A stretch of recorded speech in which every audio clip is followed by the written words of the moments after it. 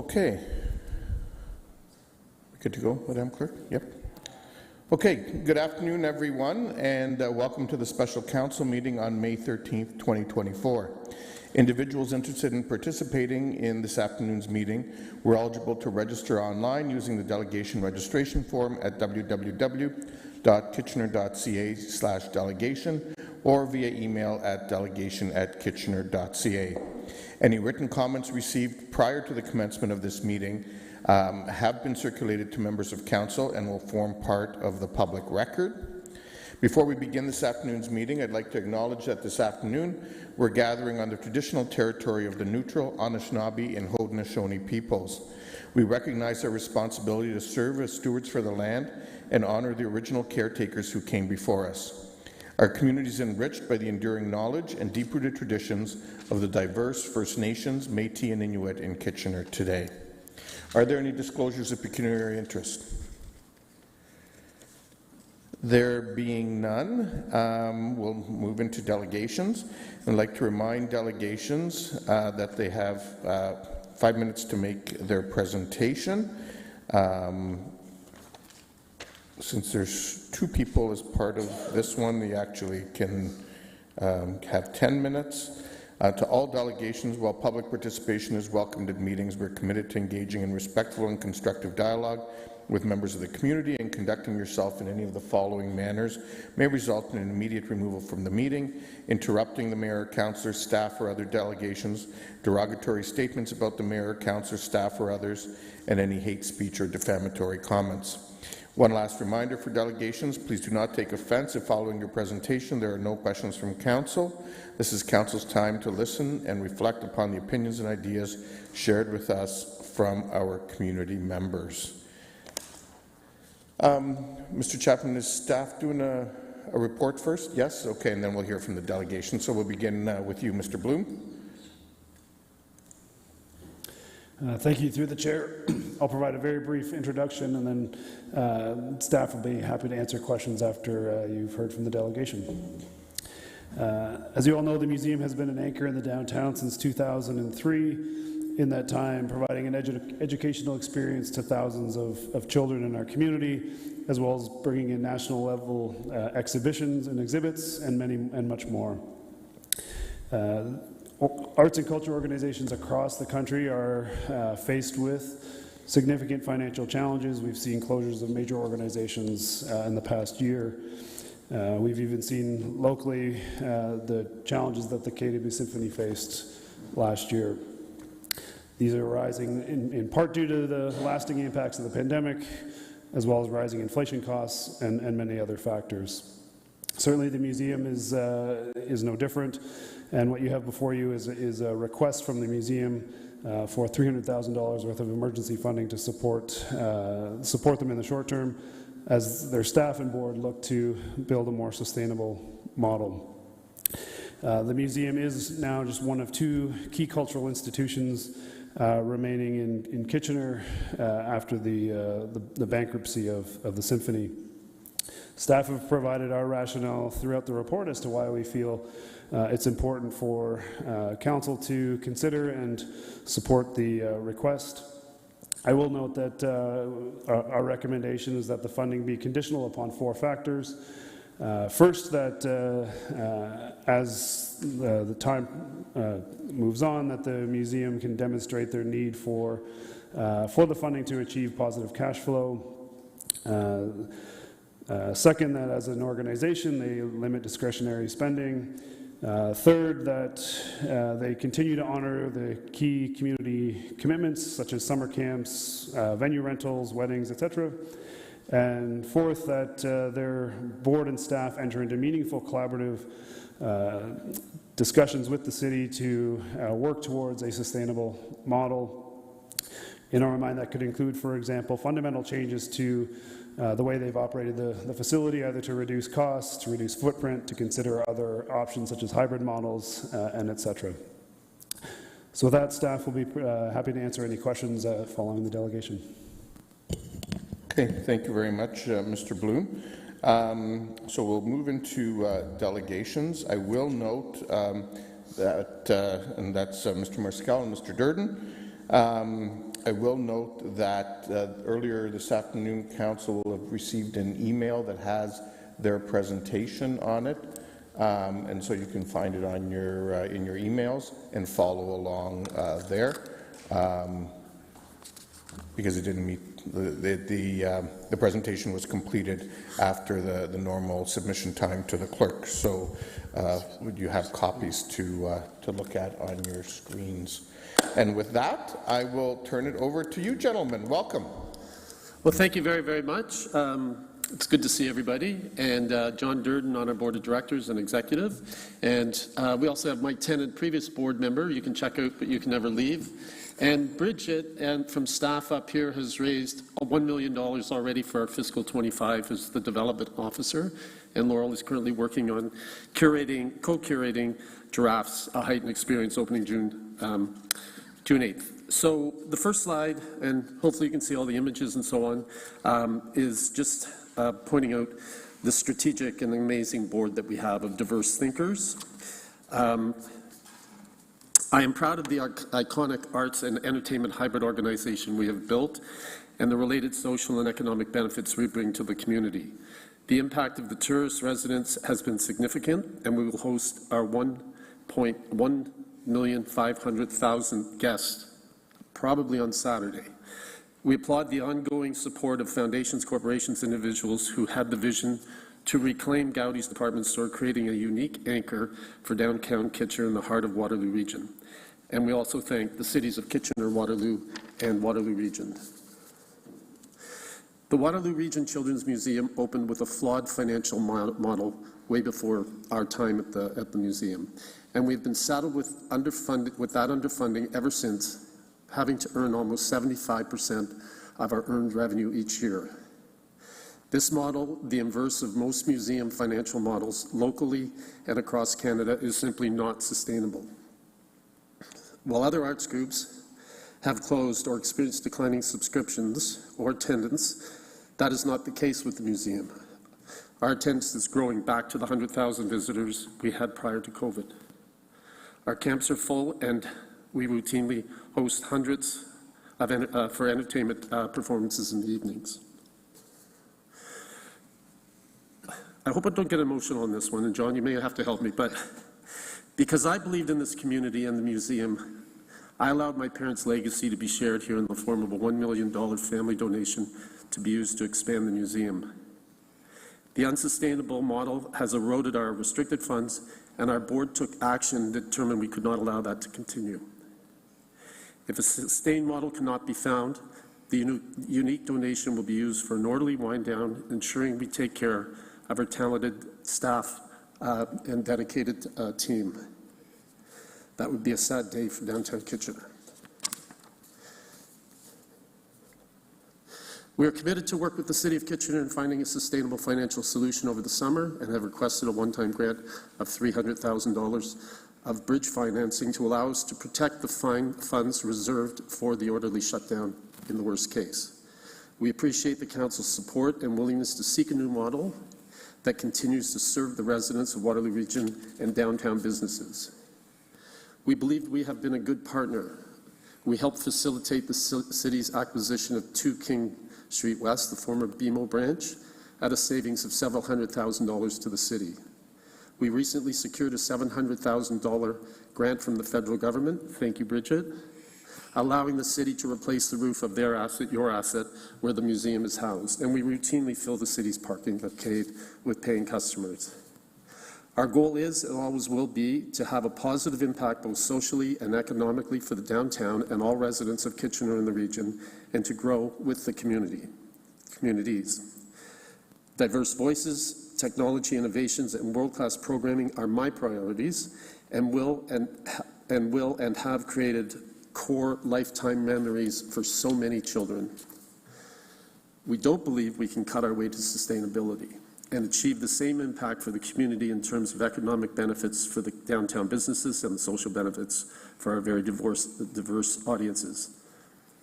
The choice our community faces is to either invest in the future of the museum and downtown or shrink, thus reducing programming, attendance, and the social and economic benefits. There are 2 alternative scenarios, one with the museum and one without. As Governor General David Johnson said, it's something in the water.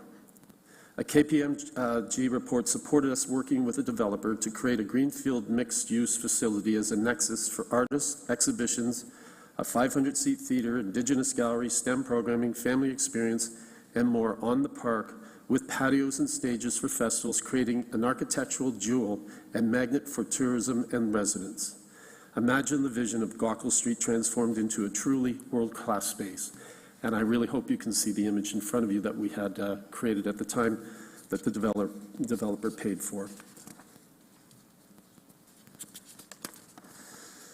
We are committed to work with the city and community to develop a sustainable business model with an impactful purpose of drawing diverse audiences to downtown Kitchener, thus creating a quality of life for all while contributing to the attraction and retention of doctors, nurses, tech, and other skilled workers.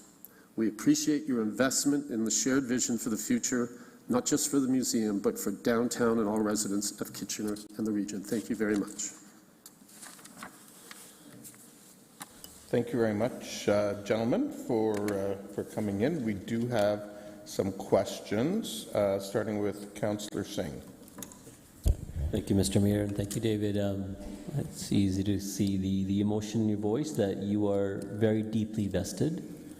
And without a question, thank you for, of course, your work that you've been doing in a downtown core to animate the core, as well as, of course, the programming that's done at the museum. So that aside.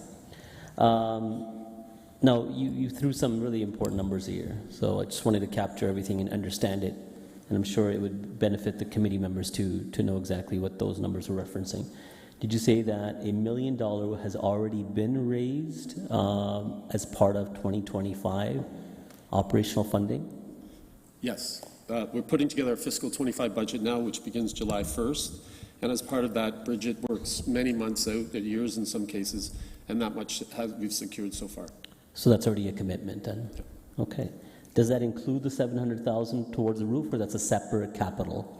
That money, it's a bit complicated. Not that you wouldn't understand it, I won't understand it, but it's been, it flows from the federal government and it's paid for by the city. Okay. Close enough. But it's not part of the $1 million Nothing towards to do with operation. That's operations. capital alone. Okay. That's great. And and you referenced the $1 million endowment or grant that was given from your family to the museum, and that funding is still in place. And you're saying if, regrettably, if the museum were to unwind, that some of that funding would be used towards that.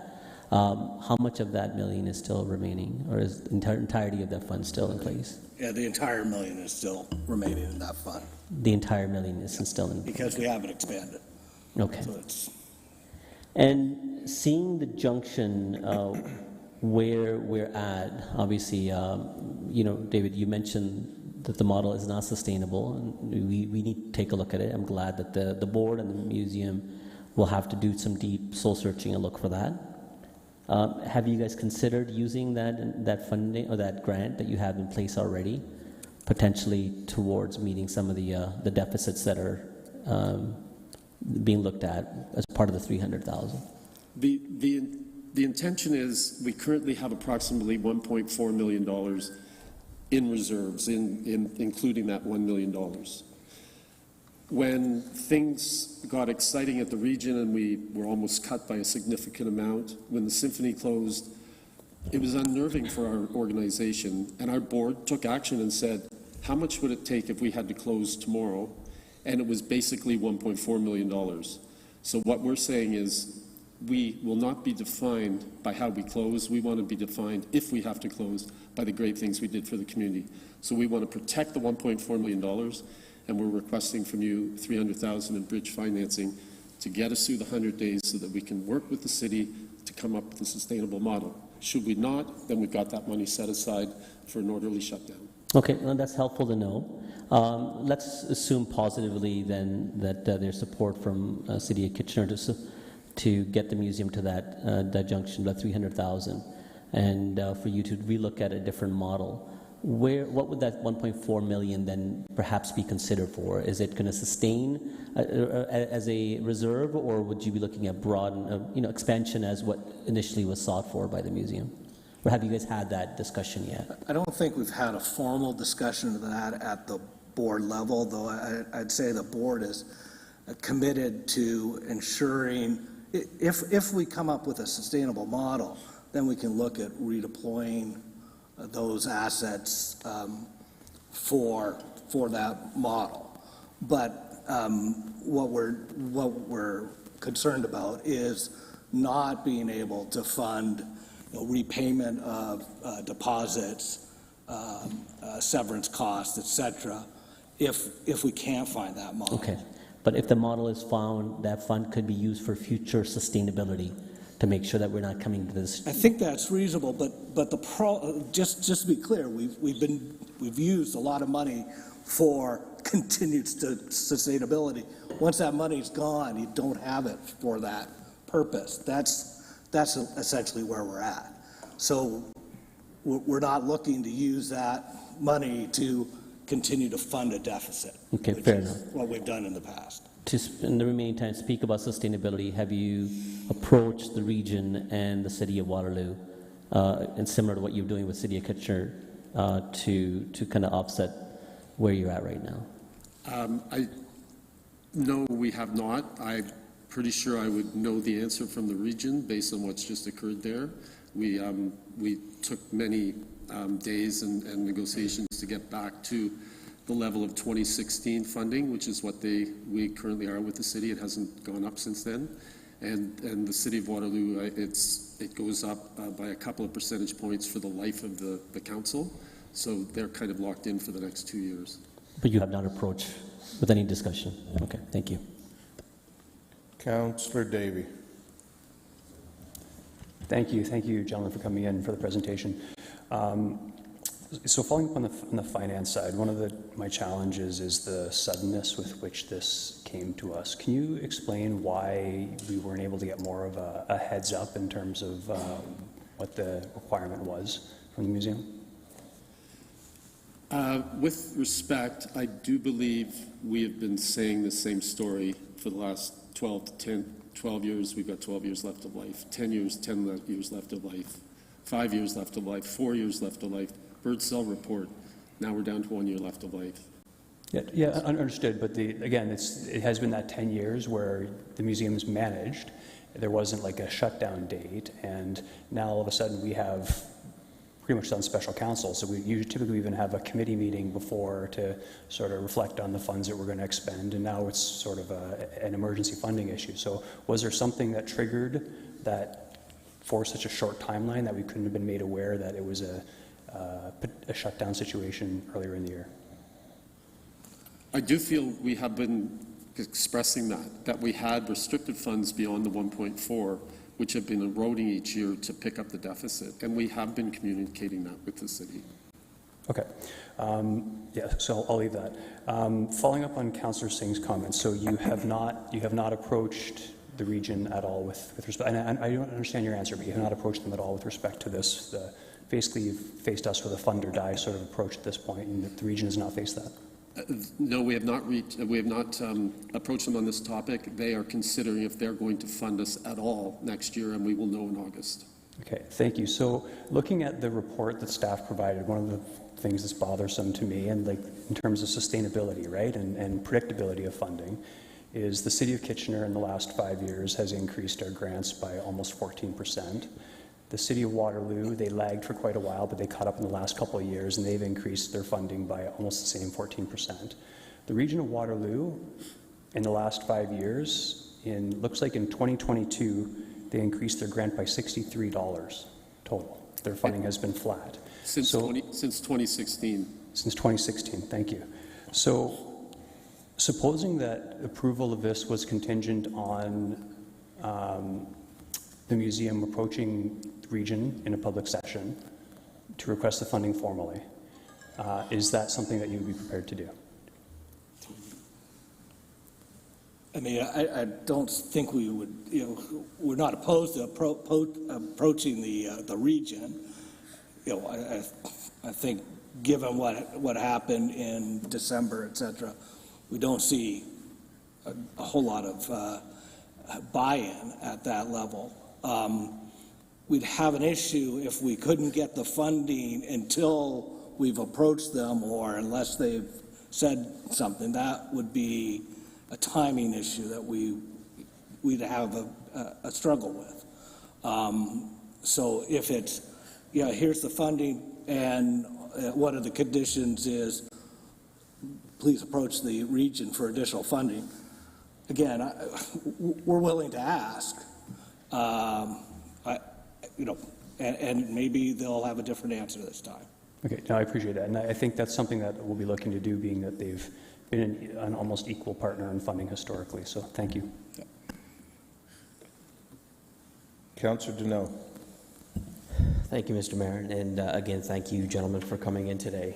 Now, my family has been to the museum many, many times, and my girls absolutely love it. Some of the exhibits that you've brought in, Titanic and Andy Warhol, Terry Fox, just incredible exhibits. But I do have concerns, and so I do have a few questions, and hopefully maybe you have an answer. So you mentioned, I was listening to you this morning on Mike Farwell's show, and you mentioned earlier today that when you took over the museum, you were saddled by a funding, not a great, what's that? A funding model. Were you not able to change that funding model between when you took over to now? So when, this was before John and my time, our board, our organization's time, when the city and the region and mothers and fathers and tech community came together to open the museum, the funding model was $45,000 from the region and Rimwood flow money. And that didn't work, and after 3 years, I was brought in, and we had a bit of a run, and things started to grow in terms of our attendance and membership revenues and so on and so forth. But we did have to start encroaching on our on the reserves, the restricted funds that we had at the time, which began this slow decay. Now, we couldn't have done that. If we had have not done that, and I say this gently, we could have just put macaroni stuck it to toilet paper rolls and kept the Children's Museum going. But that's not what we wanted, and I'm glad your family enjoyed that we didn't do that, and we brought world-class events here. We had vision, that building that you saw in the presentation. We think that's what we should all aspire to in this region, in this city, but that's just us. Okay, my question was about the funding model, though. You recognized when you took over that there was an issue with the funding model. And how many years have you ran? So, sorry, I didn't answer that properly. We have to raise 75% of our revenues. Most museums raise 30% of the revenues. We've talked to all councils. We've done our best to try to change that part, to flip that around, and we haven't been able to. So again, we could shrink, and maybe that's where this narrative ends. But we won't have 100,000 people coming to the museum and helping the restaurants and businesses and so on. Okay. No, thank you for the answer. Councillor Singh and Councillor Davey asked a question about the region and the city of Waterloo. Do you receive any funding, and I know the answer, but do you receive any funding from the city of Cambridge or any of the townships? No. Have you approached them in the past? Yes, when Doug Craig was at the mayor in Cambridge, we did receive about, I've forgotten actually, about $15,000 or $20,000 annually. And from the townships, very seldom. We might receive several $100s if we're doing something specific in their area. Okay, thank you.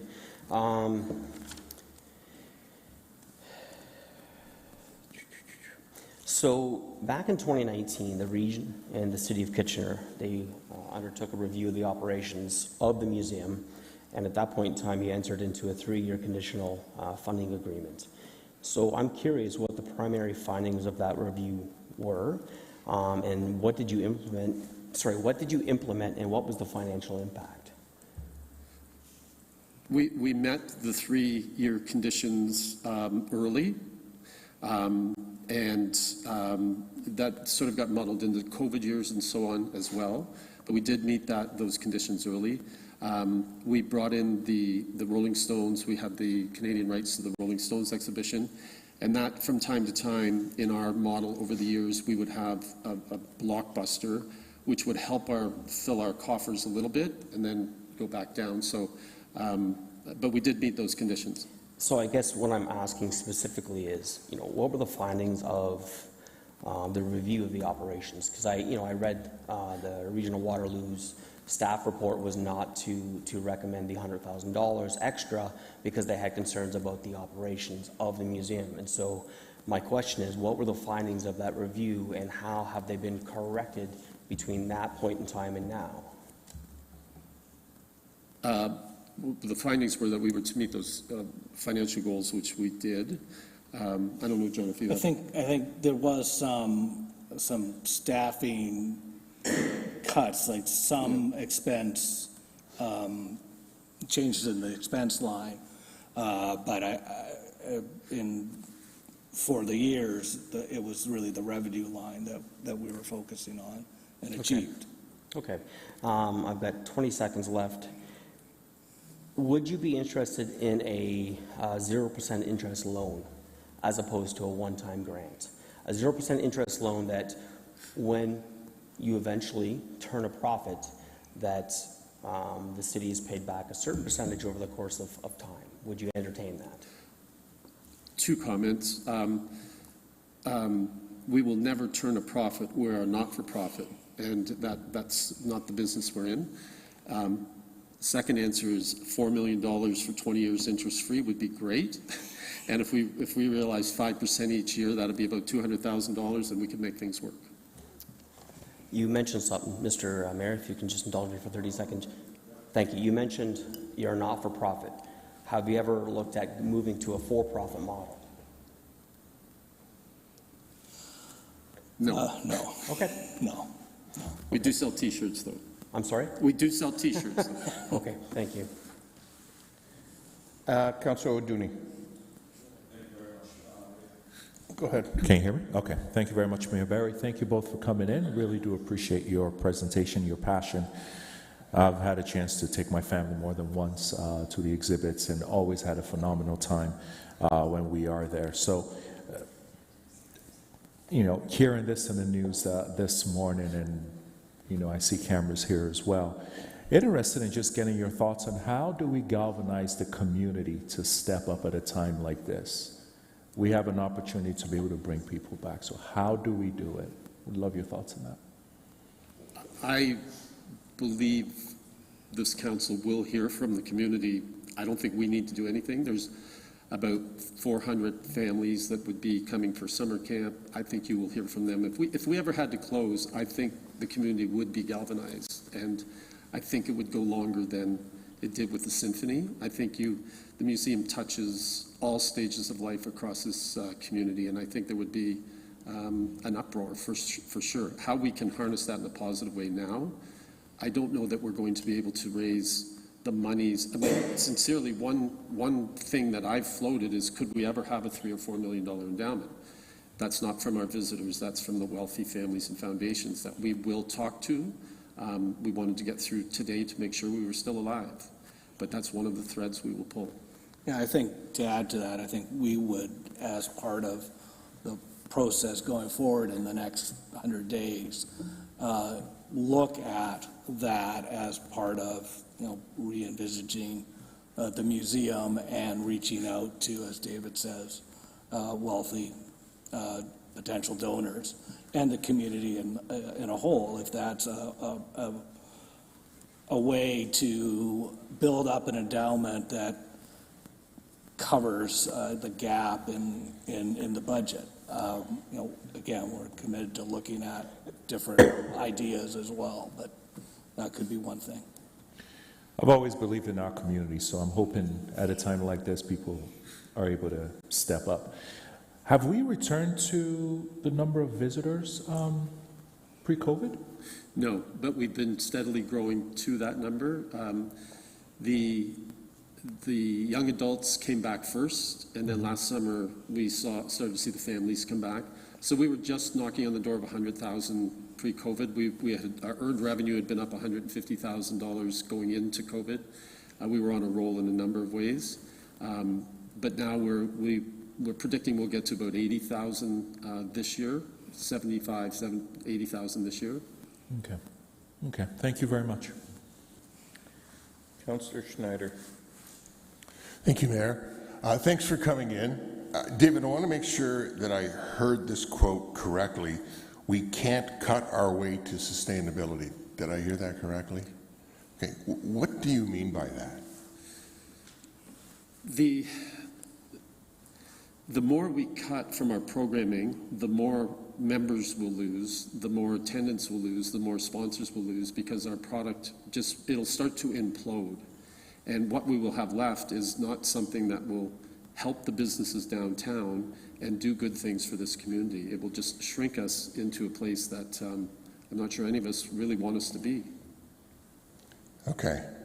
So, we're hearing here too that, should this money be granted, that you would, and the board would work with the city to make a new model sustainable. What would that entail? How can we make this model more sustainable? Maybe John can answer that. I mean, we're going to look at everything. As they say, everything's on the table. Talking to wealthy people about that. How can we cut within ourselves? Look at internally how we can, to Paul's point, how we can do things more efficiently. On and on and on, John. I don't know If we knew the answer, we wouldn't be here today. I think it's the one answer. But so I'm not sure if I can add anything more in particular to what David said, is that we're willing to look at a variety of options. But again, I would agree with David, if we just reduce expenses, reduce our size, we just reduce our relevancy. I'm not sure that that's the model that's supported certainly by the board, but we're willing to look. Okay. Okay, I'll save my other stuff for comments. Thank you. Councillor, hold on. There you go. Councillor Stretch.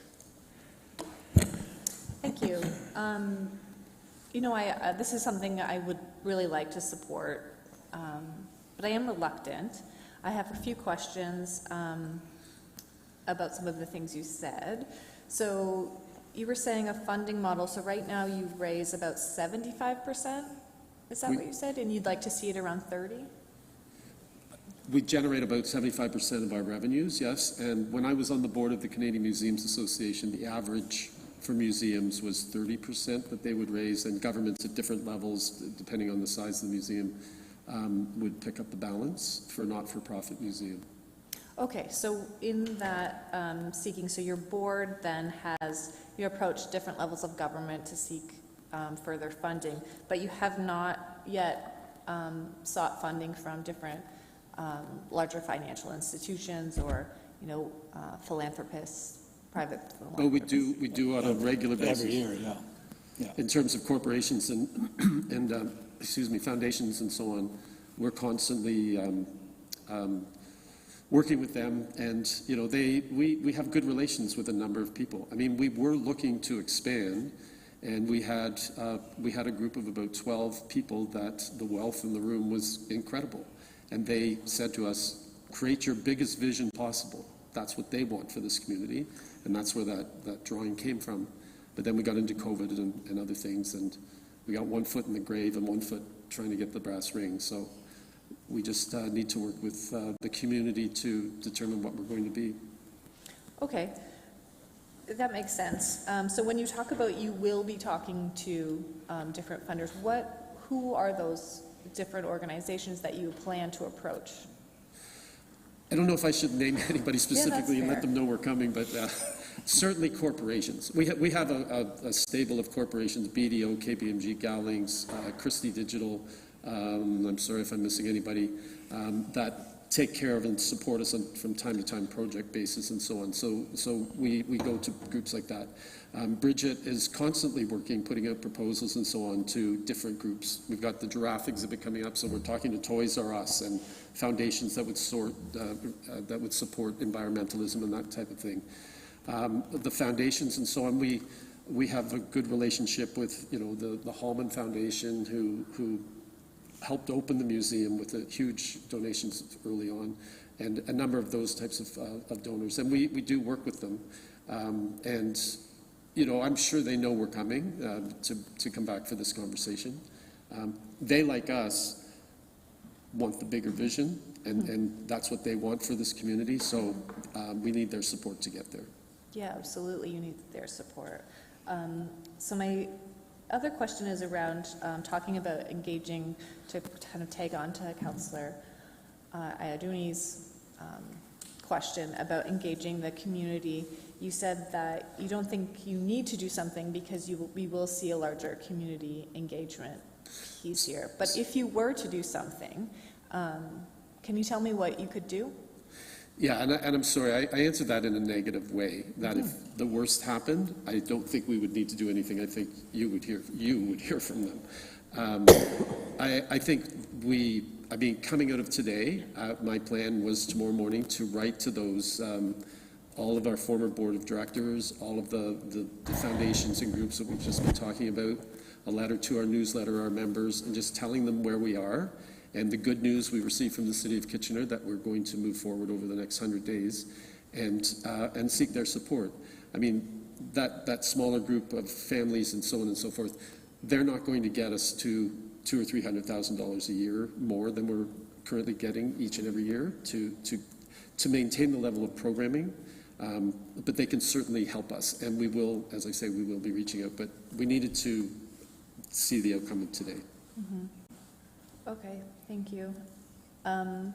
So I guess, I think the city has been a long-term partner for you, and, I would really like to see us be a short-term partner here, but I also don't want to see your organization sort of overestimate our funding abilities going forward. I love the vision, but that's not something the City of Kitchener alone could help you create. We would need many, many partners to see something as big as that. So I would love to see more community engagement so that we can build something together.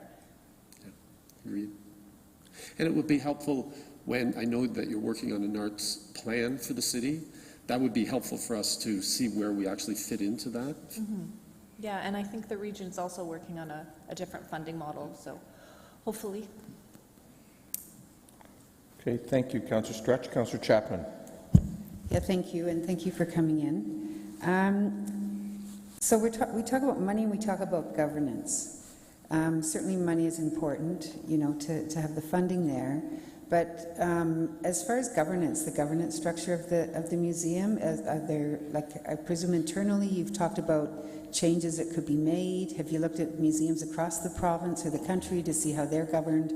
And I mean, I know the arts always suffer, right? And this is a reality. I put the museum in that category of the arts and culture. But are there changes in the governance structure that you're considering or that you've talked about? I mean, our governance at the board tends to have a group that have been there for a while, and they have history and so on, and a middle group that come, and then a new group. And we've just brought in about 4 new people. We have 10 people on the board right now. We haven't replenished. We normally have 12 while we're waiting for the outcome. I do think that the board, and I think John would probably agree with me, is that the board could do a much better job with committee work and different types of committees, outreach committees, fundraising committees, gala committees, that type of thing. So I think that's something that we would be talking about. I don't know if you wanted to add anything. I agree. We're willing, again, to look at all the different structures to move forward in a way that generates more in terms of funding and revenues. So that certainly is on the table. Councillor Chapman, can I just add something, if I may, sort of based on that?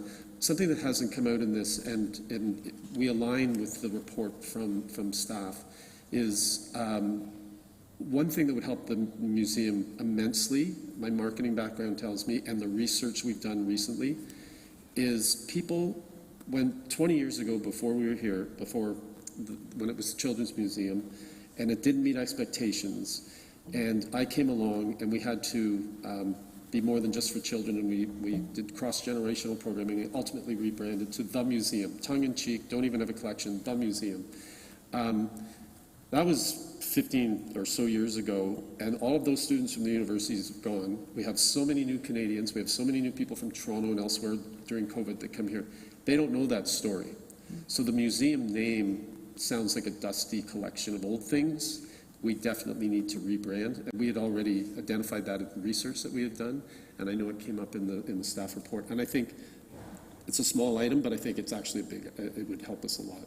Right. Okay, thank you. Councillor Johnson.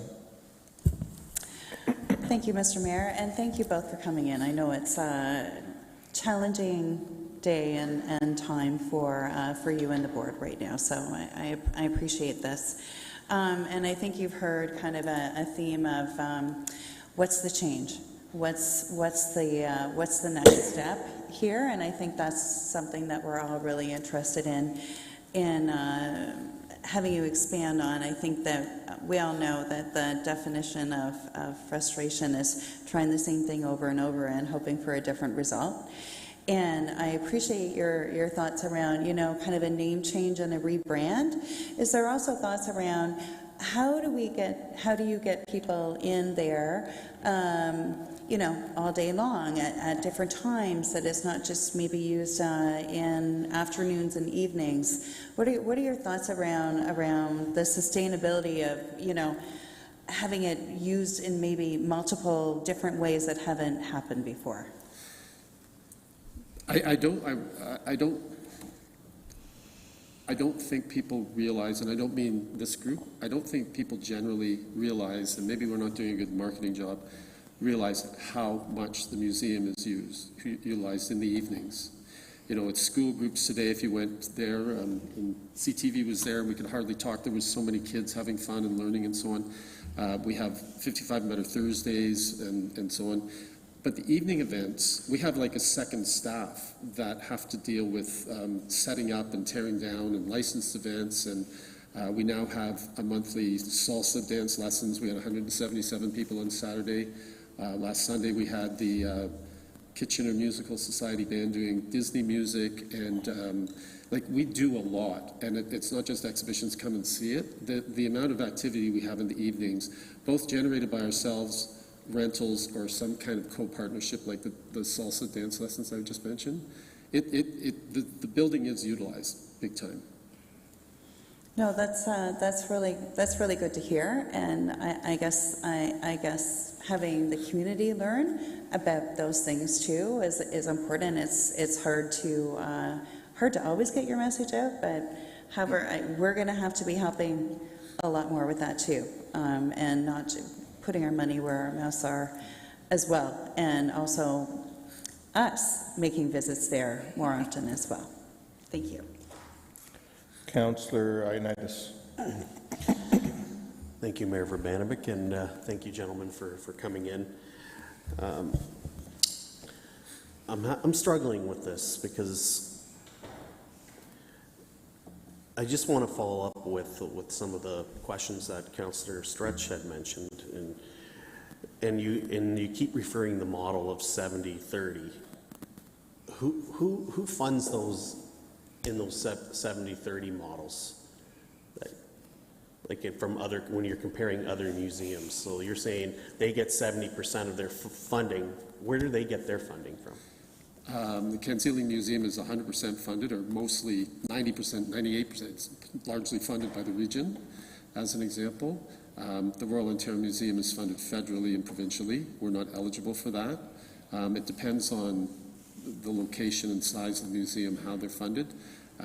But generating their own revenue, and when I say generating and emphasizing that, I'm including development money and grants like yourselves from the municipalities and so on. 75% is like It's just, there's nothing like that model anywhere else in Canada. So why are we different than those other that other museum? Why can't you get access to that funding? Because I believe we started with the wrong model with the Children's Museum, and it never caught up. And I think that's largely it. And we don't have a collection. We're not like a real museum, so we're not eligible for ongoing core funding from the province and federal government. We do get, from time to time, project funding. Again, Bridget's done some good work around the giraffe exhibit coming up. That we've had some project funding, but we don't have that sustainable ongoing funding. Okay. I guess my other questions with regards to earlier on in the questioning with the region, I know you went through that exercise with the funding during budget time, but was it the emphasis that we are going to shut down like the way we're being asked today? No, we actually asked for an increase. We went through the process, and through Andrew's, I think you were, I'm not sure if you were here, Andrew, but we went through the process as we do every year and said, here's the incremental amount we'd like to receive. And then, much to our surprise, the way the conversation went, the monies from the symphony were removed from the budget, and so they had just one KCI and just the amount that we received. And then they added 2 more KCIs, so our money was going to be split 3 ways. And I don't know that they realized what was happening during the first vote, but it equated to us losing $300,000. That's when we said, we don't know if we can stay open. It didn't start with us saying that. Yeah. Okay, but do you not see the need to go to the region and say, the same way you're propositioning us, if we don't get this funding, we need to shut down? Because that may have been they may have been a different outlook. Again, I've forgotten the numbers, but 6 voted against us to get the money. They were willing for us to lose $300,000. So I'm not sure how well they would hear us, but there's also a process happening that Andrew's a part of that is that they are considering if they will fund us in 2025. That process has begun. So, I mean, it sounds like the council, many of you would like us to reach out to them. I mean, they may well say the process is happening. Okay. I guess my other question is with regards to one of the slides, and it refers to Gaukel Street. So I'm just curious, how is this relevant today? It just goes to one of the things, I've forgotten how we exactly worded it, but one example of what we might aspire to. And at that time, the KPMG report said that $100 million build was viable based on the landscape of the day with federal funding, provincial funding. It was doable. It's not unlike what you just did with your $144 million for the Sportsplex, which is awesome. That type of money was there for us, and the developer was going to build the condo on the corner and support us by purchasing and helping with by giving us cash, but also when we needed cement and when we were building out, they would build out with us and so on. Okay. And how long ago was that?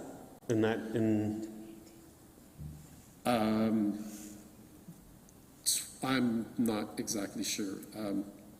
2018? 5 years ago. 2019. Yeah, Before COVID. Pardon me? Before COVID. Before COVID, okay. Yeah. I had one other question that escaped me. Okay. Thank you, Councillor Michaud. You haven't asked yet? Thank you. I remember when you presented this museum on Gaukel in 2019. It's quite a beautiful piece of architecture. With regards to the rebranding, has that been discussed like board level, or did that just come up today? No, there was an inkling to me that there was an issue potentially. We did research in November and December with a an external research company, and they did qualitative focus groups behind the mirror, and they did about 400 quantitative surveys. And through it all, it just emerged to me that the name was off, and people weren't getting the connection to what we, at the time it worked. When the museum was created, it did work and people understood it. But so it's not just coming up today. It's something that, should we proceed and go forward, it's something that we would do for sure as rebrand.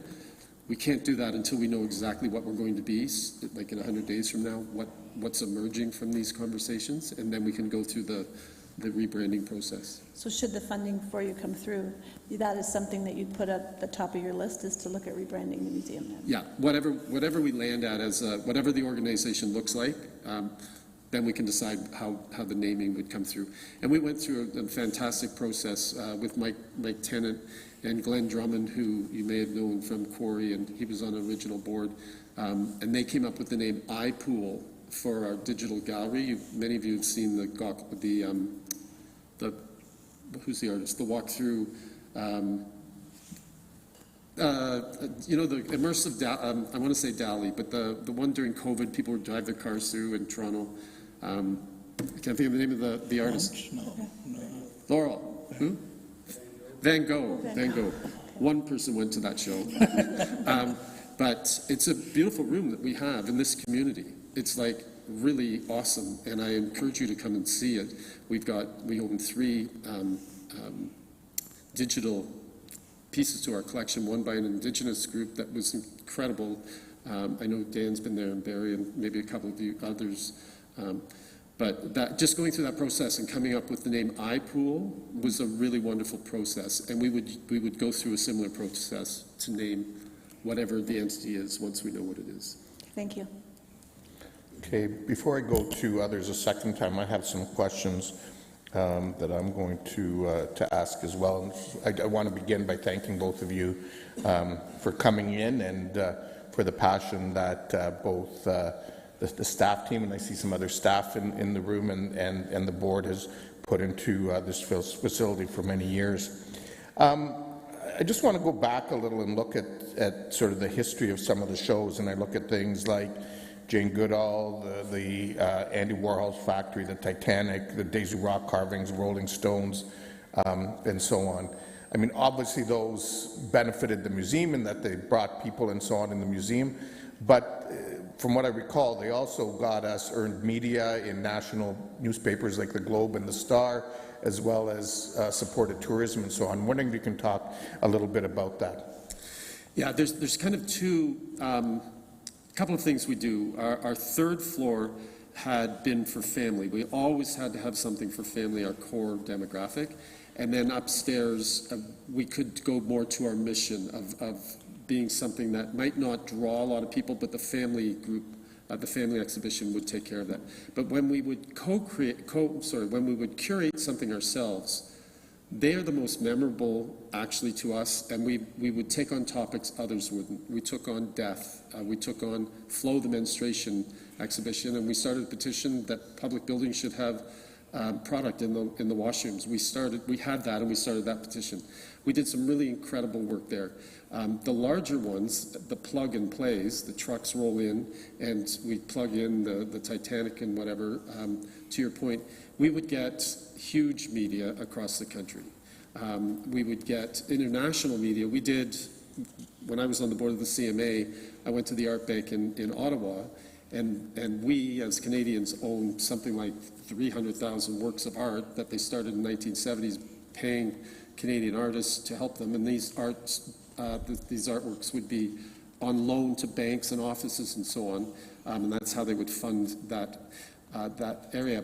They had 100, the woman told me, that had to do with nudity, and I said, we want them all. And we took it and we created Getting Naked, Understanding Naked, the Dove campaign, all of those things. That made international news right across North America. So we do routinely partner with the Toronto Star and the Globe and Mail and so on, and we've been good at that, if I may say, in bringing earned media to the community. About 40% of our attendance is from outside of the region's postal codes. Okay, thank you for that. I just want to get some clarification on a question you answered for one of my colleagues, and that's the challenge of getting funding from provincial and federal orders of government or their arts granting bodies. And you referenced the issue that you don't have a permanent collection. As I understand it, that is one of the challenges, because those organizations like the Canada Arts Fund and so on, one of the things that either it requires or gives you a high degree of points in the evaluation is those permanent collections. So is that really what's one of the things that have prevented you from getting the funding that you need? Yes, if we chose to go down the road of being a collection museum, and we came from a children's museum. We had no basis for a collection at all. So we've never gone down that road. And there's also the other side of that is there's a lot of expense to take care of a collection, and we're seeing daily deaccessioning of materials right across the country. People wanting to get out of that business. But a number of those other ones there, like the Region Ken Sailing Museum, are funded by the region. Like the Royal Ontario Museum is funded by Ontario because it's their museum, and the Art Gallery of Ontario and the national galleries are funded because of their collection, but also because they're part of that community, part of that governance. Okay, and just briefly, if you can go back, I mean, part of the issue in terms of how the museum and the other key organizations were identified, was that around the same time as the Creative Enterprise Institute was looked at? There was some leveling out of funding that happened between the municipalities, as I recall, and everybody sort of got a share of that at the time, but that has really not been updated, and you know, the region's approach, even with their funding earlier this year, really disregarded the agreement between the municipalities around the CEI, and they went off in their own direction. Is that correct? That's absolutely my understanding. Okay. And we had just sort of burst onto the scene. Our numbers were growing very quickly at that point, where we needed to get funding, and it was just there was very little from the region, so they did step up at that point. But then, as we've talked about in 2016, that was where they plateaued it. Okay, I'll come back in the queue. I have some other colleagues with questions. Councillor Deneau. Thank you, Mr. Mayor, and once again, thanks for sticking in there. You know, it's not easy for us, and it's not easy for you as well. And the mayor had mentioned about permanent funding, and so I was actually quite surprised when you mentioned that you didn't get federal or provincial permanent funding, and the mayor had mentioned about permanent exhibits.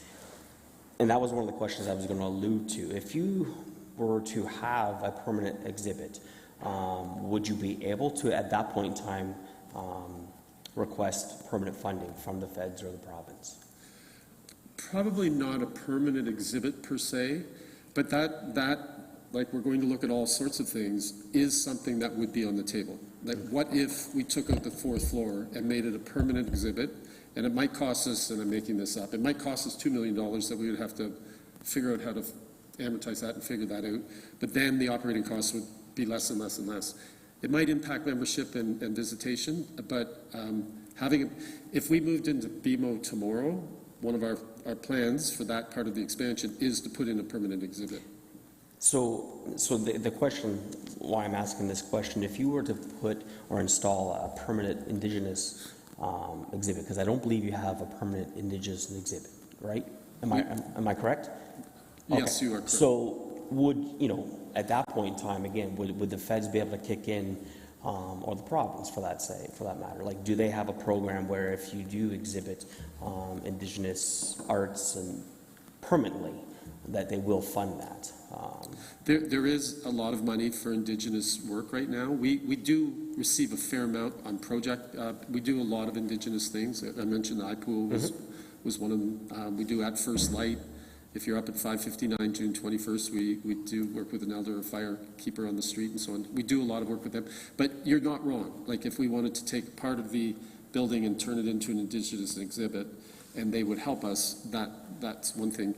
It's just, how many people would come through the door and pay for that. You've got to balance that off as well. No, and yeah, and I agree. So just, David, would it be an exhibit or a collection? You have to have artifact? Is a question, I'm not. It would probably be leaning towards the collection side of things for sure. Right. Yeah. So, I'm not the expert, but I'm sure you know people who are. What is your biggest user group? Would it be families, or is it schools, or is it a mix of both? I think families are our core group for sure. I would never want to put anything into the building that didn't attract families. If we went pure somewhere else, it would not be a good outcome. We did that once, and we learned from it. So we always have to take care of our families for sure. Okay. And you mentioned some of the exhibits, a lot of the exhibits you receive 40% of people coming from out of town. Now, that would have been for Unzipped and some of your bigger exhibits. What is your catchment area outside of those bigger exhibits as far as marketing? Like, I'm driving down the street and I see something for Hamilton tourism. I don't want to support Hamilton. No offense to Hamilton, I'm from there, but I want to support Kitchener. So how far do you guys market, or your organization market outside of Kitchener? We're just putting the draft media plan together, and we will be in London, basically Owen Sound, London, Hamilton, and then the L postal codes, Mississauga, Milton. That's as far as we can afford to go. One of our problems is we don't have enough marketing dollars. If we had more marketing dollars, and so that leads us to try to leave the exhibits in longer to build awareness. I'm getting too deep into how we do it. Gotcha. And my last question, I promise. How much would a rebrand cost? I'm sorry. How much would a rebrand? You're talking about rebranding the museum. How much would that cost? And would that be during this period of the summer of this bridge, or would that be looking towards afterwards? It would definitely have to be after, because we can't make a name until we know what we are. Right. So if we had an Indigenous gallery or whatever, so that would be wave 2. The amount that it would cost, I would ask Mike, but it would be tens of thousands of dollars minimum for us to do a full rebrand, from the signage out front to the website to all of the things that would come from it. Awesome. Thank you. Thank you very much. Councillor Davey. Thank you. You guys, you're getting a whole bunch of questions, as I guess we all expected that. But, I'm so delighted that I'm able to educate you, because not all of you get a chance to see the museum. I just wish you had to train seats, because I hear Dave Schneider's name and I look over there and he's moved. The question, I'm trying to just narrow it down, and Councillor Deneau raised an idea about a loan, which obviously would come with some complications. So I'm just trying to figure out how to place it with the short timeline that we have to make a decision. So what is if supposing council said no to all of this, what's the drop dead decision date for the museum to decide to close or try and push on? It would be Wednesday when our board meets. Wednesday, okay. Now, I noticed the staff report breaks up the sort of in some tranches of funding. Does that, I'm assuming that's broken up specifically to keep you afloat so that you still have that a part aside, right? So supposing that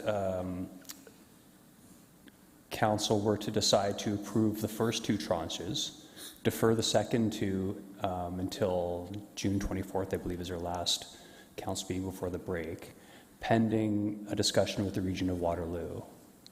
Does that, and again, then if the region says no, then council has a decision to make on June 24th.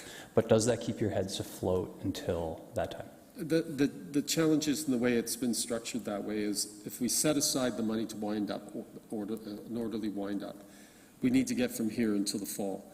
It's our darkest time in terms of our funding cycle. We get money from the municipalities in March, and then we go into our heaviest staffing season, summer staff for camps and so on.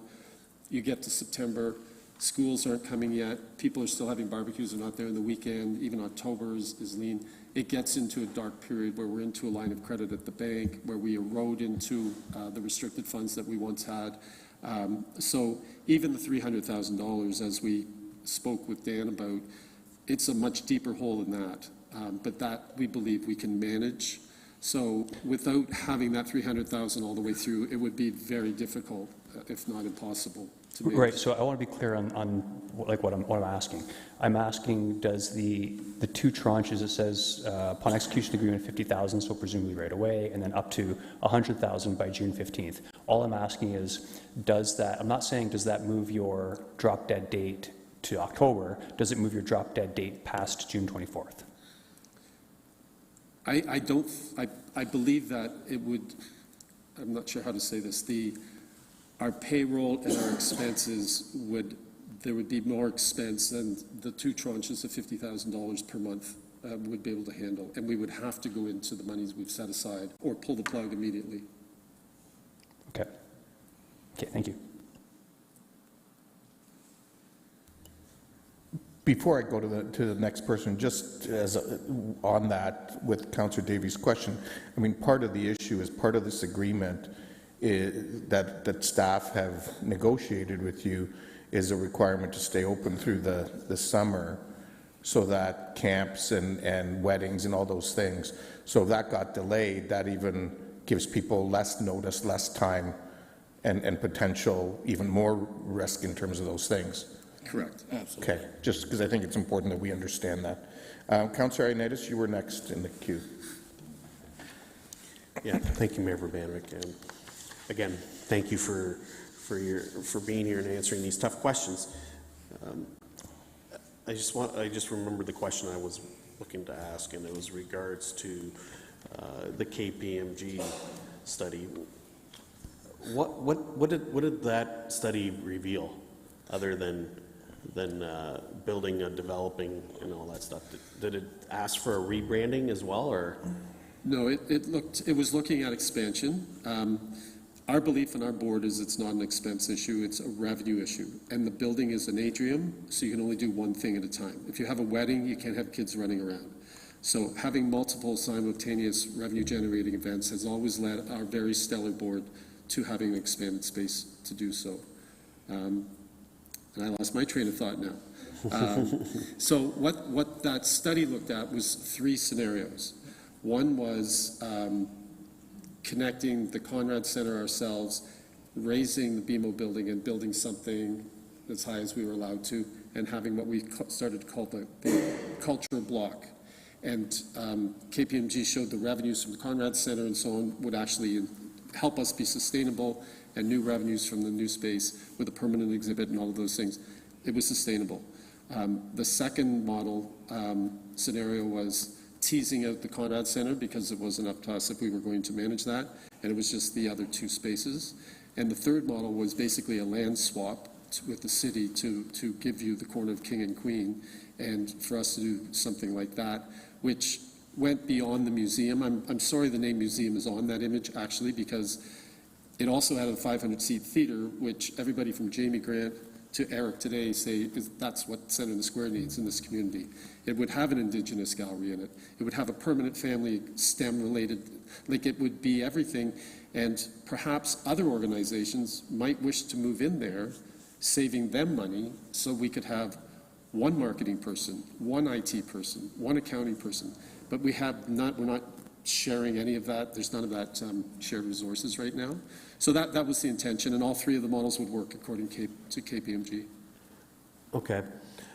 Considering that those 3 options, none of them materialized, do you not feel that it would be prudent to come up with some kind of other study to see how to operate in the future? Sorry, I didn't get the beginning of that.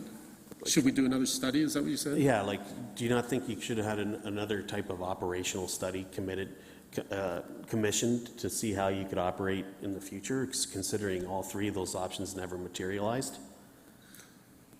Well, they never materialized for a number of reasons, but I think the point's kind of moot now, because here we are, and we are going to have a new model if we're going to exist. That just has to happen now. Okay. All right. Thank you. Councillor Michaud. Thank you. The downtown Kitchener BIA gets a significant amount of dollars through levies, which are businesses in the downtown core. The presence of the museum in the downtown core, is an asset for businesses to bring people down. Have you had any conversation with the BIA for support? We've tried. We worked with them. There was, coming out of COVID, there was money they received, and we did 8 or 10 evenings of music, and that was very, very successful. But they don't tend to mention us in their marketing or their events and so on at this point. I mean, we've wondered about that. We've wondered about the MAT tax, the hotel tax, because 40% comes from out of town. How, like, I don't even know where that money is or how we might be able to access it to help with our marketing or whatever. So, yeah, that's what I was asking, not so much of events at the museum. I was asking if has there been a sit-down maybe with both boards to discuss ways that you can utilize some of these levies to help the museum. I mean, it's the money you're asking for from the city is coming from taxpayers' dollars. The levies is coming from businesses downtown that are down here that benefit from other businesses surviving down here and other places like the museum. So I wonder if that would not be a good avenue to maybe try. I think it would be a great avenue. Thanks. I'm not sure what councillors sit on that BIA board. Maybe we could begin that conversation. Yeah, Councillor Stretch and Councillor Chapman are both voting members of that board. Are you done, Councillor Michaud? Okay, I have a couple more questions. Earlier there was a question around sort of the impact of if you sort of, obviously part of the review you need to do is looking at where can you make some adjustments and so on. But one of the challenges is if you cut, it's finding that sweet spot, because if you cut too much, it impacts attendance. It gets harder to get partners and sponsors to come on board. And so it becomes a bit of a vicious circle. I'm wondering if you can just talk a little bit about that. I don't know if I could say it any better than you just did. It does become Dante's Inferno spiraling down. If you don't, like if we closed our 4th floor today, we would have less attendance because we would have less things to market to bring people. We wouldn't have a giraffe exhibit, for example, coming up for the summer. So people would go out of town, they would go to Bingman's, they would do whatever. And so you would start to lose your membership, your gate revenue, your sponsorship. You said all the things that you would lose all of that type of revenue. So, and it would, I believe it would be a loss greater than the expense to put on the exhibit. Okay. In the report, you've no doubt read that, this reference to a number of festivals that are struggling, a number of facilities that are struggling, and so on. No doubt you have dialogue with your colleagues across the country. I know you play a leadership role in Museums Canada.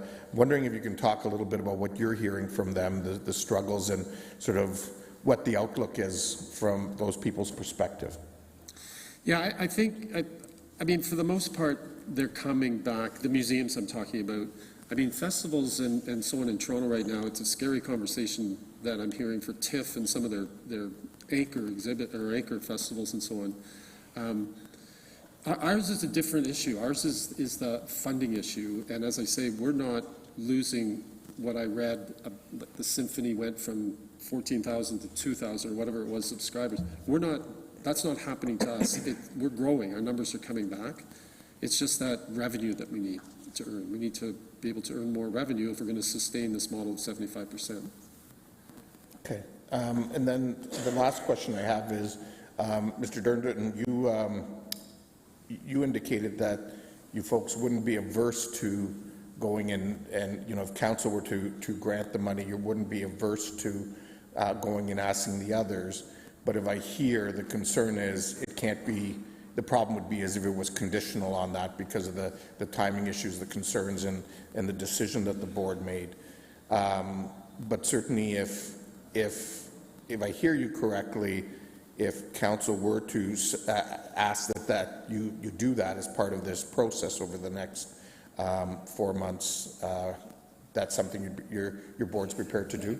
Yeah, I think absolutely. I mean, yeah, there's no question we'd be prepared to ask, for sure. Okay, thank you. That's helpful. Okay, normally don't do a third round, but Councillor Davey, you bring, okay, that's fine.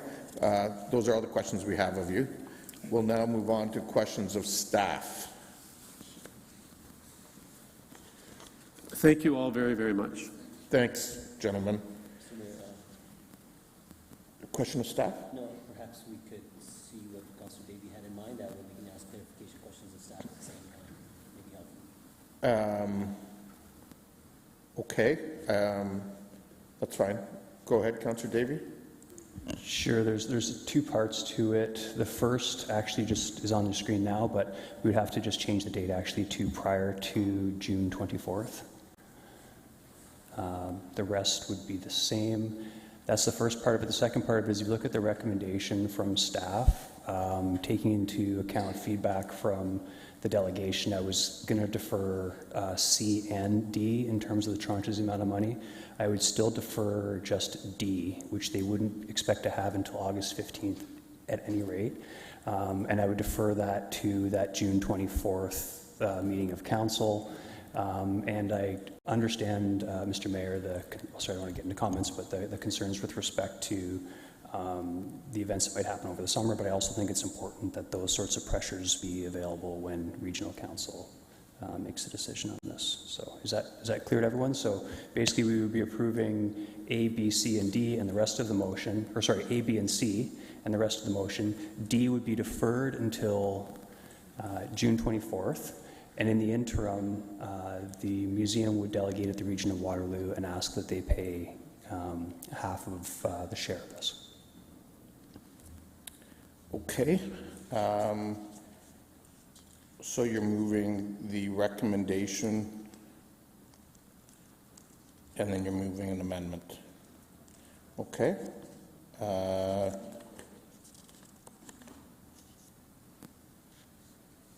So the amendment is those two things, your whole amendment, and then I'll go back to the original motion. But I'm still going to go back to questions of staff. Councillor Singh, do you have a question of staff? Okay, go ahead.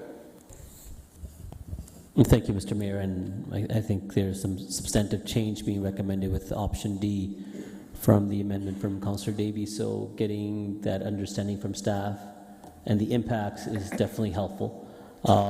With the deferral of the 300, so the remaining 100,000 potentially, would staff want to respond on that?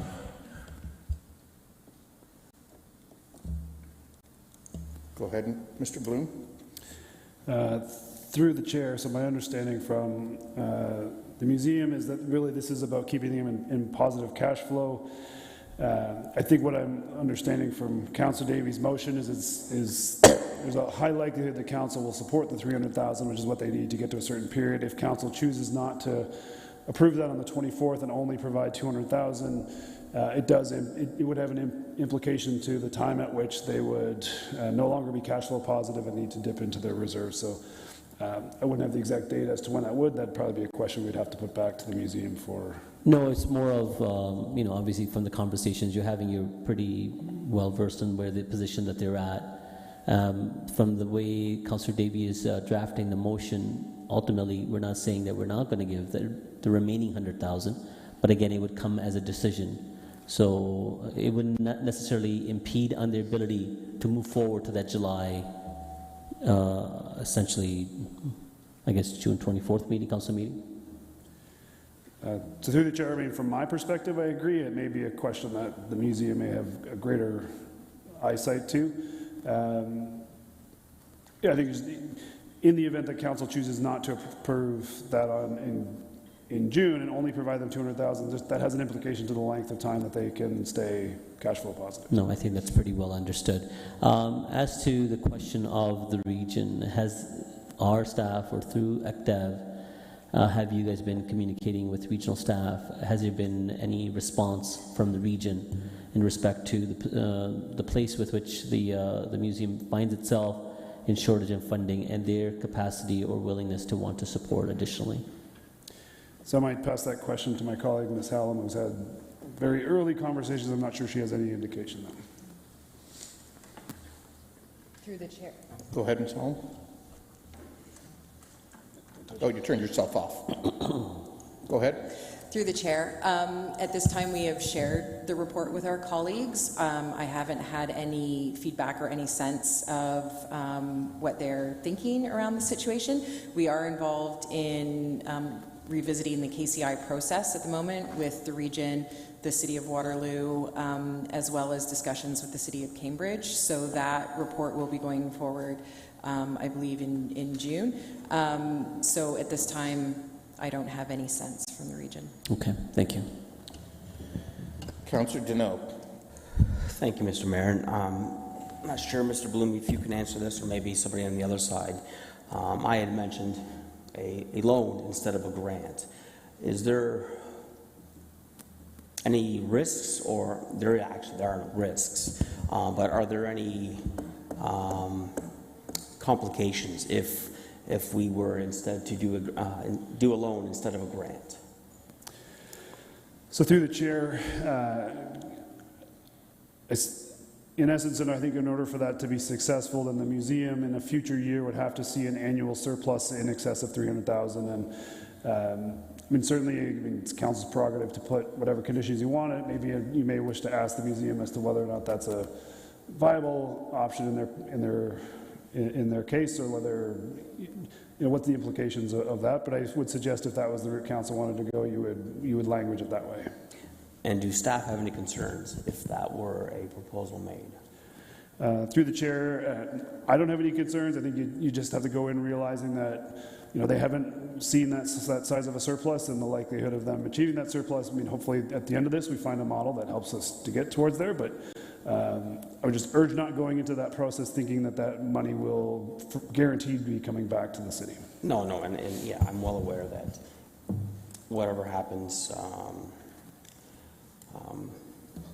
hopefully it's a great outcome. Okay, I will pause on that for now.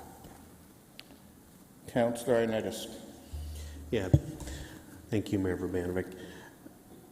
In our staff report, we have like the conclusion where the museum, has not proven to be sustainable since 2011, and that things need to change. I hear the museum say that they want to change, but at the same time, I hear they don't want to. It's kind of confusing to me with when they don't want to see cuts either. So, how are we going to hold the museum accountable to this?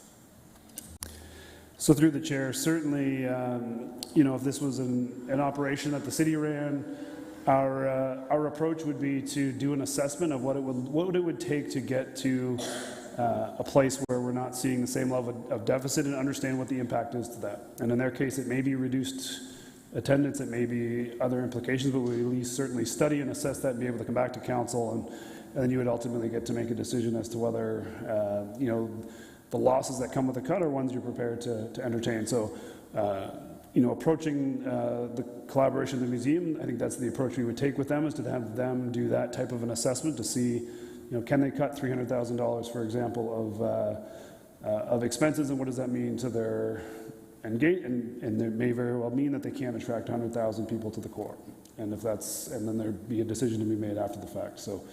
I think what we are looking for staff is whether they can actually find the model, that they actually go through the analysis to assess options that include reduction of costs, whether that's footprint or any other mean and method. Okay. I guess my other question would be with regards to with our staff report, and this may not have been yourself, but do you not feel that it would have been prudent to list the economic impacts that the museum produces in this report, or at least get the museum to show what the economic impact is, to give us a better outlook on why we should be supporting this additional funding?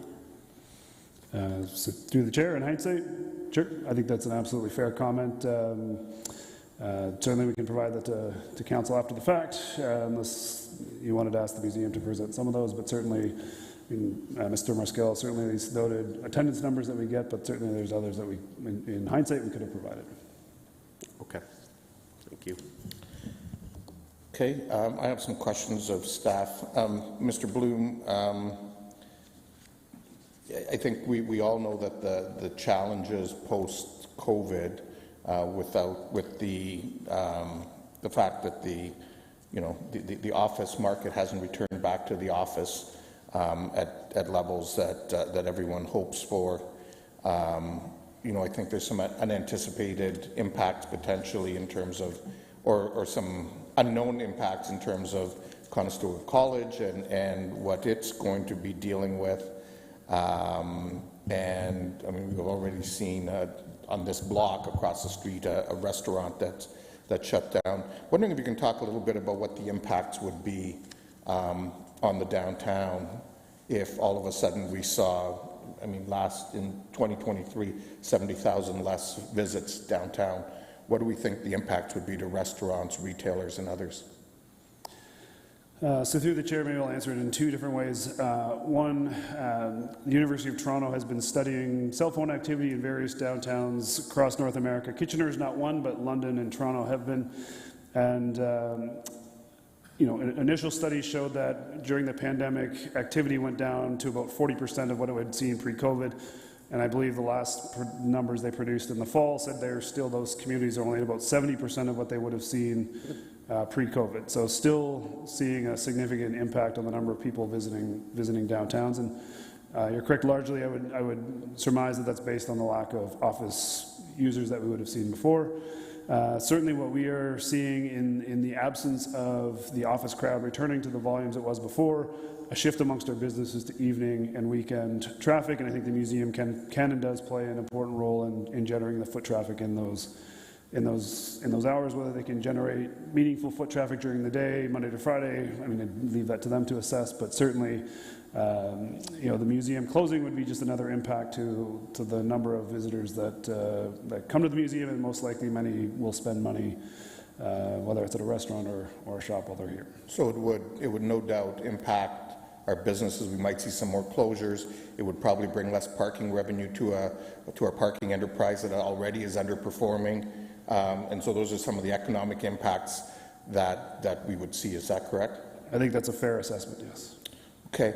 One of the things, when I read the report, one of the things that's referenced in here is that staff will be working with the museum in terms of figuring out what this future looks like, but it also says that staff would be looking at a contingency plan if the museum board were to decide to close. And I don't know if this is a question for Mr. Chapman or yourself, but if in fact how much time does staff need in order to be able to look at this realistically and give it a fair assessment? Mr. Chapman? Through Mr. Mayor, when you consider the scope of the question that's in front of the museum and its board right now, I'm concerned even with the timeline that's been allotted.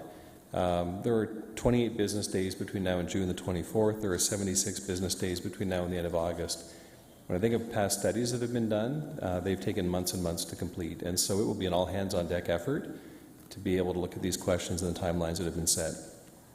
What I can say for a certainty is that we could not develop that plan in 28 days. It would be a challenge to develop that plan in 76. Okay, thank you. That's helpful.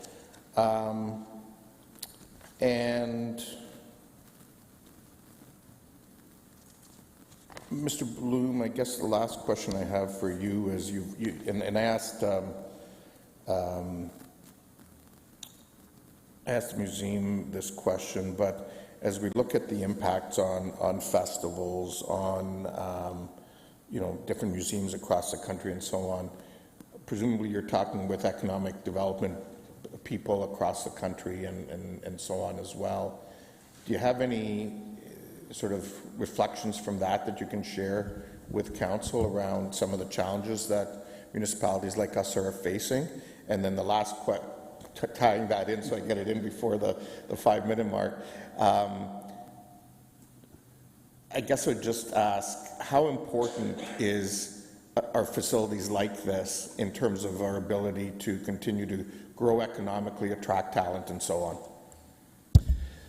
So to the chair, we're certainly not alone in terms of communities that are dealing with really the fallout of hybrid work and the impacts that it's having on businesses that have been reliant on people showing up every single day at a certain volume. So other communities like us are very much from even major cities like Toronto and Calgary as well are dealing with the fallout of that. And yes, organizations like the museum, festivals, events, culture, not only are they important in driving foot traffic, but they are also, they create what becomes the culture of our communities. And so these organizations are, they define who we are, and what they show and present, and the events that they host collectively make us who we are. So they're certainly critical of that. I may just defer part of your question to Ms. Hallam, who has a greater sense of the circumstances of some of the other cultural organizations across the country, and maybe can just speak briefly as to the kind of patterns she's been seeing and impacts across the community, across the country. Ms. Hallam?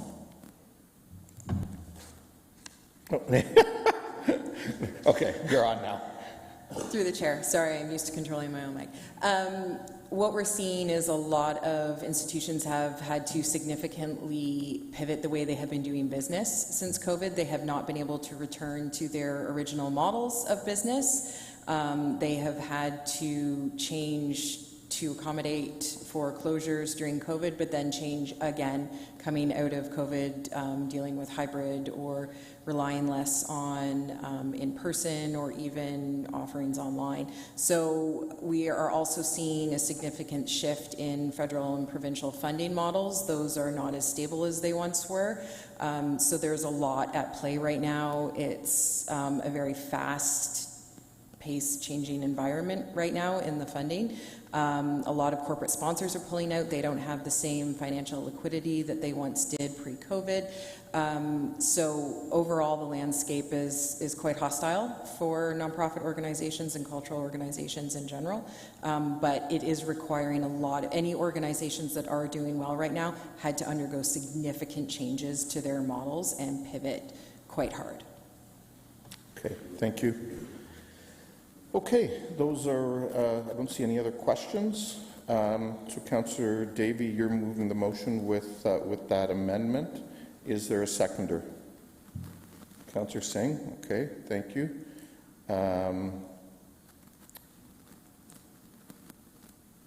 Okay, I've got several people to speak, and I'll hold my comments, but I definitely have some strong reflections that I'd urge Council to consider.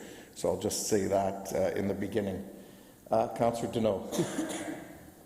So we're good with comments right now? Sorry? We're good with comments right now? Yep. Okay. Again, thank you for the report coming forward.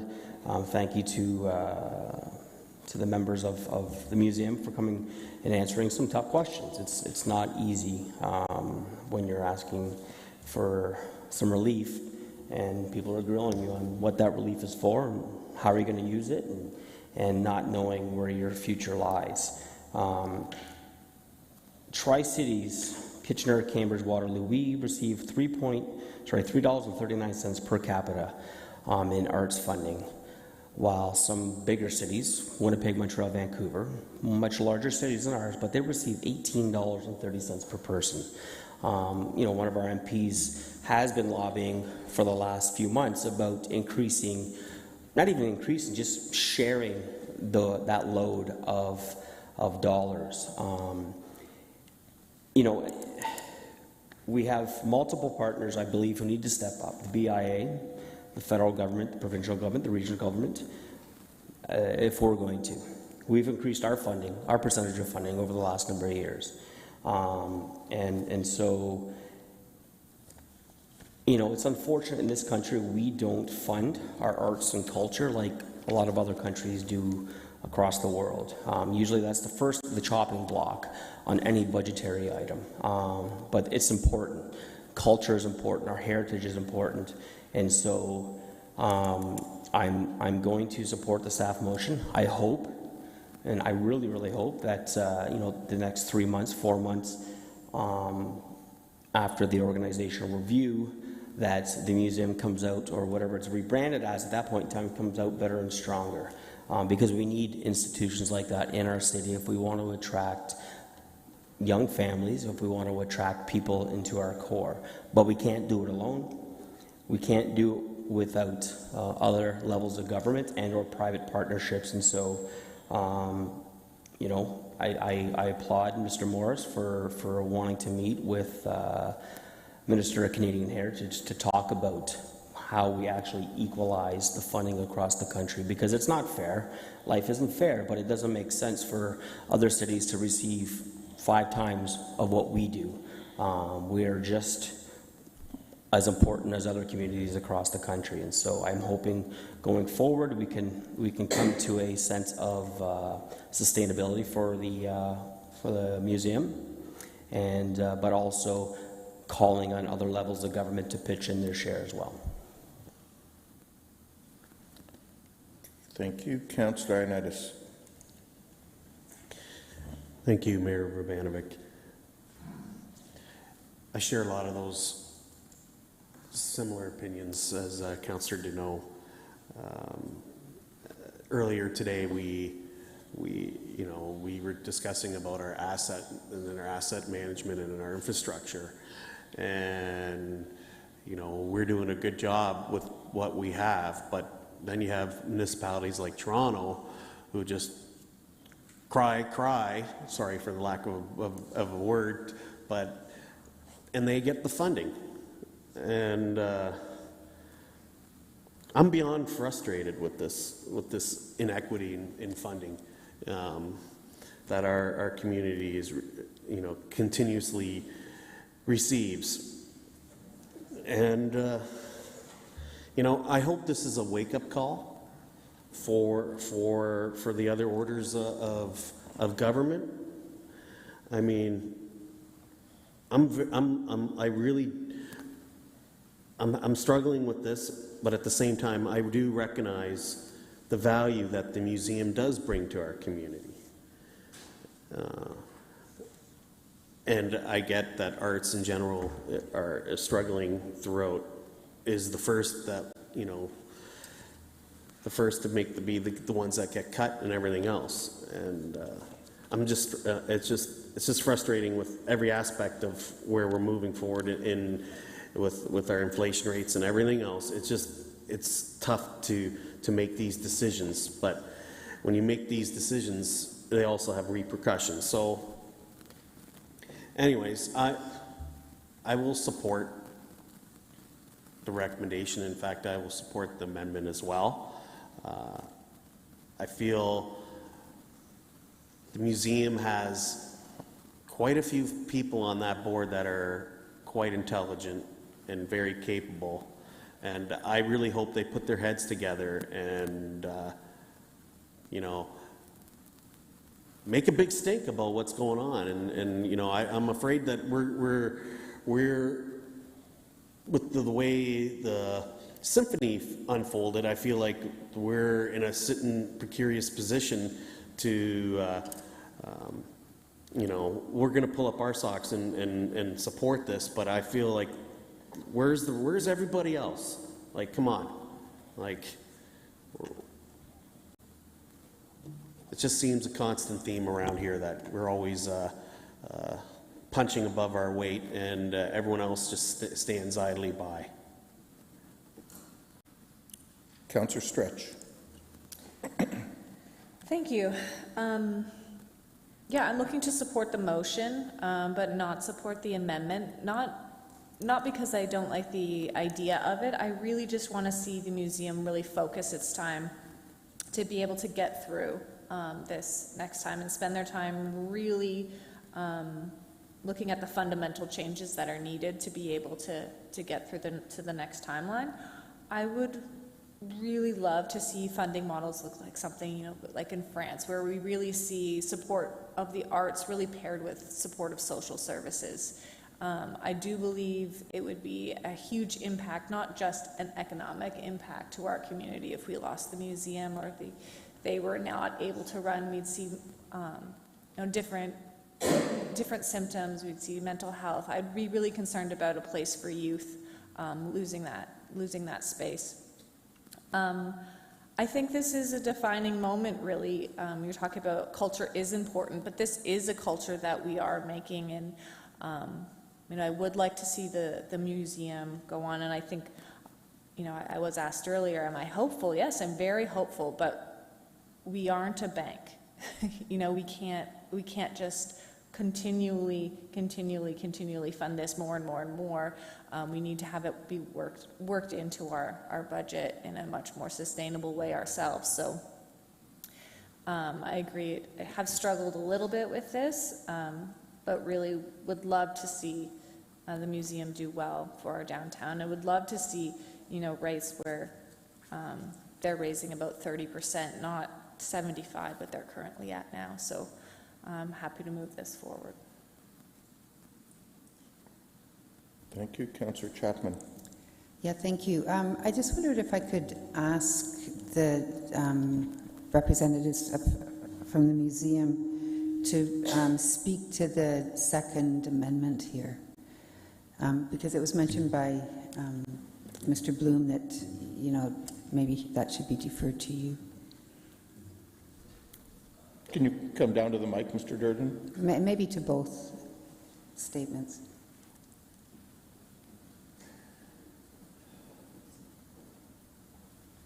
I guess basically the impact that it would have on your approach over the next few months.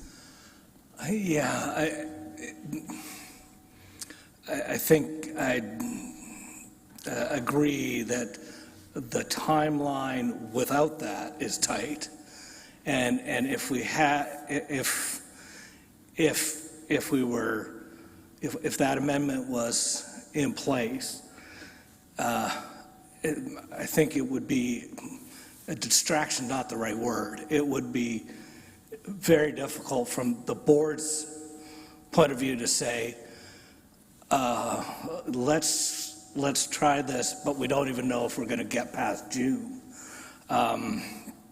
So that's not something, just honestly, that's not something the board has considered, that there would be a shorter time frame. We looked at September, the time frame that we've envisaged, as being tight but doable in terms of what we're committing to do.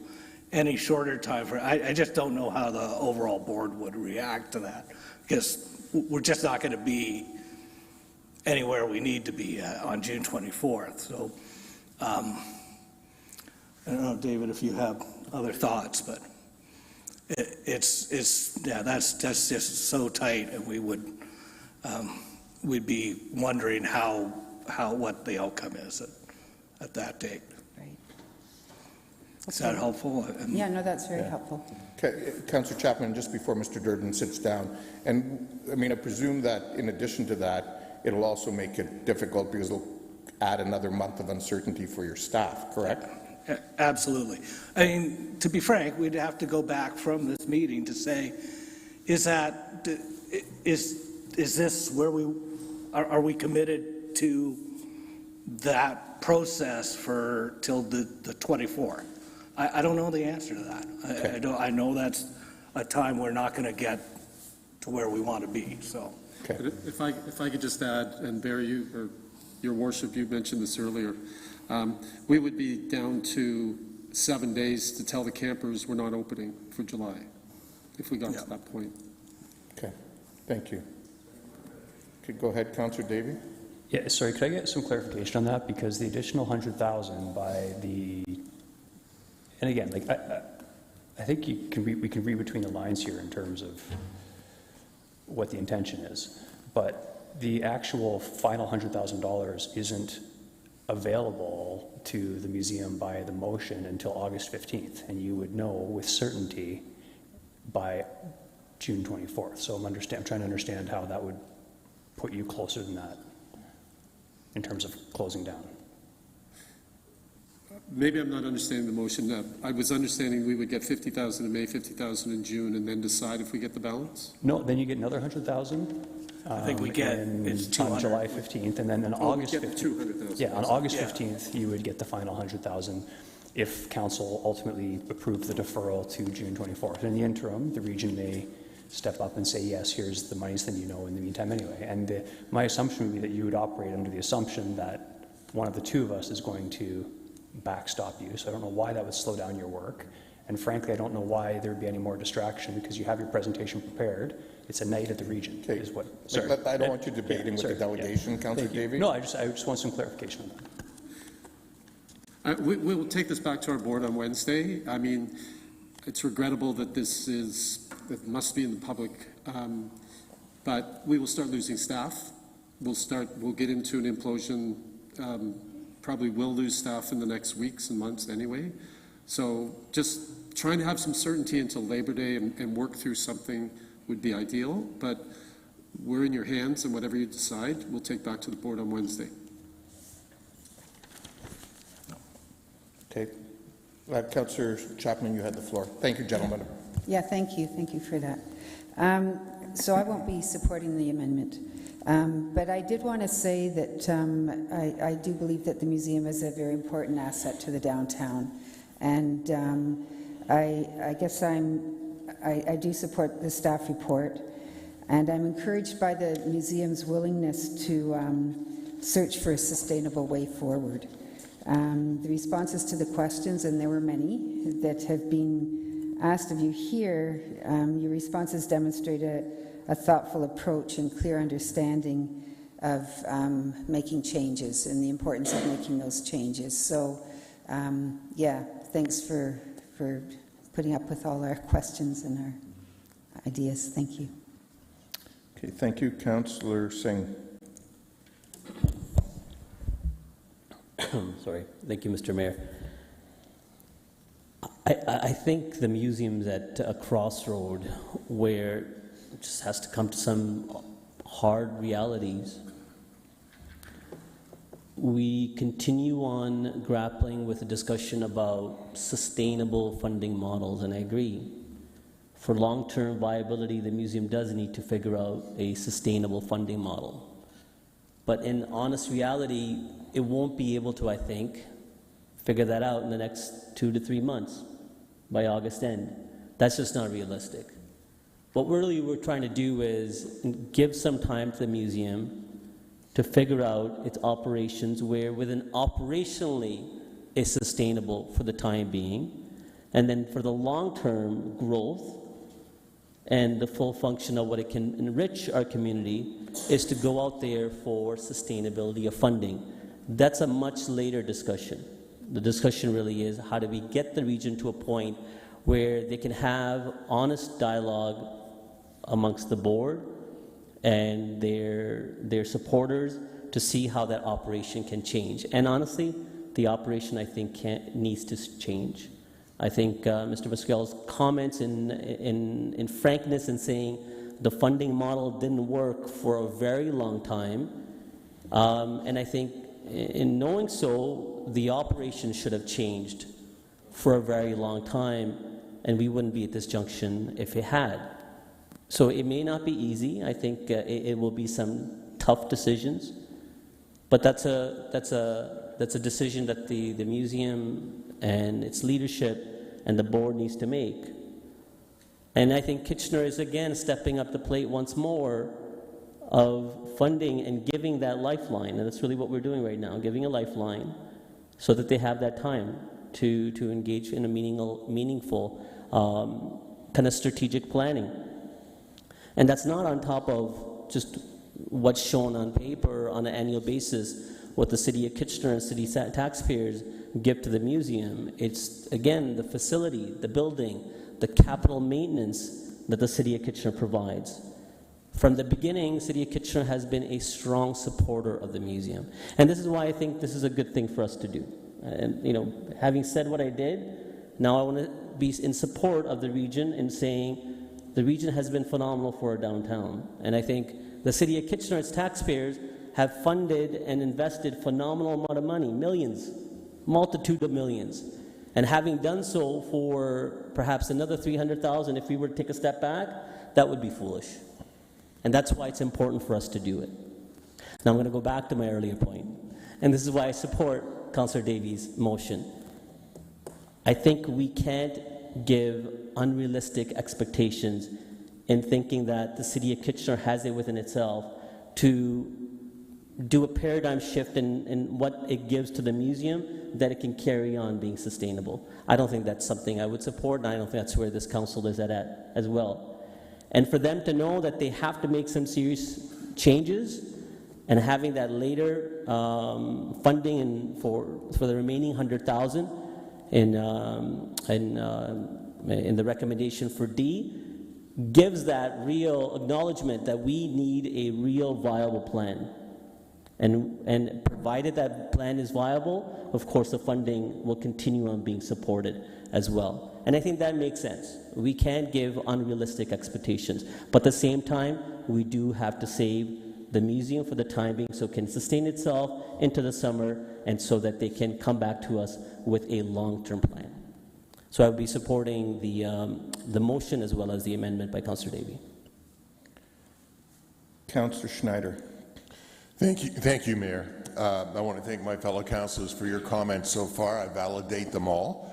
I want to thank the museum for coming to us now with time to save the upcoming camps and events that are committed at the museum and come up with a sustainable operational model. The museum appeals to and serves all residents of the region.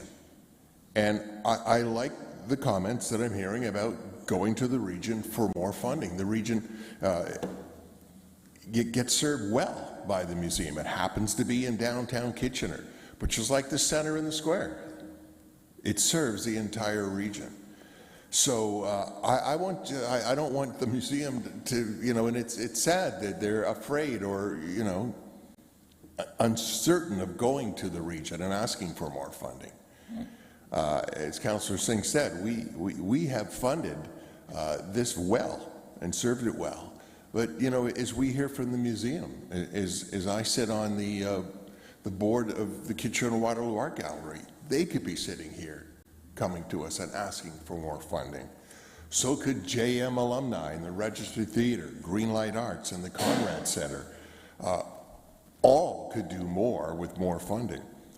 And the funding, as we've heard, is not there. As Councillor Deneau brought up, like the per capita funding for the arts in this city is nowhere near where it is in other cities, and why not? And I commend our MP, Mike Morris, for bringing this up. And I intend to set a meeting with him and bring this forward. And I hope the board at the museum does as well, because I think this is a prime example of the need for the funding for the arts.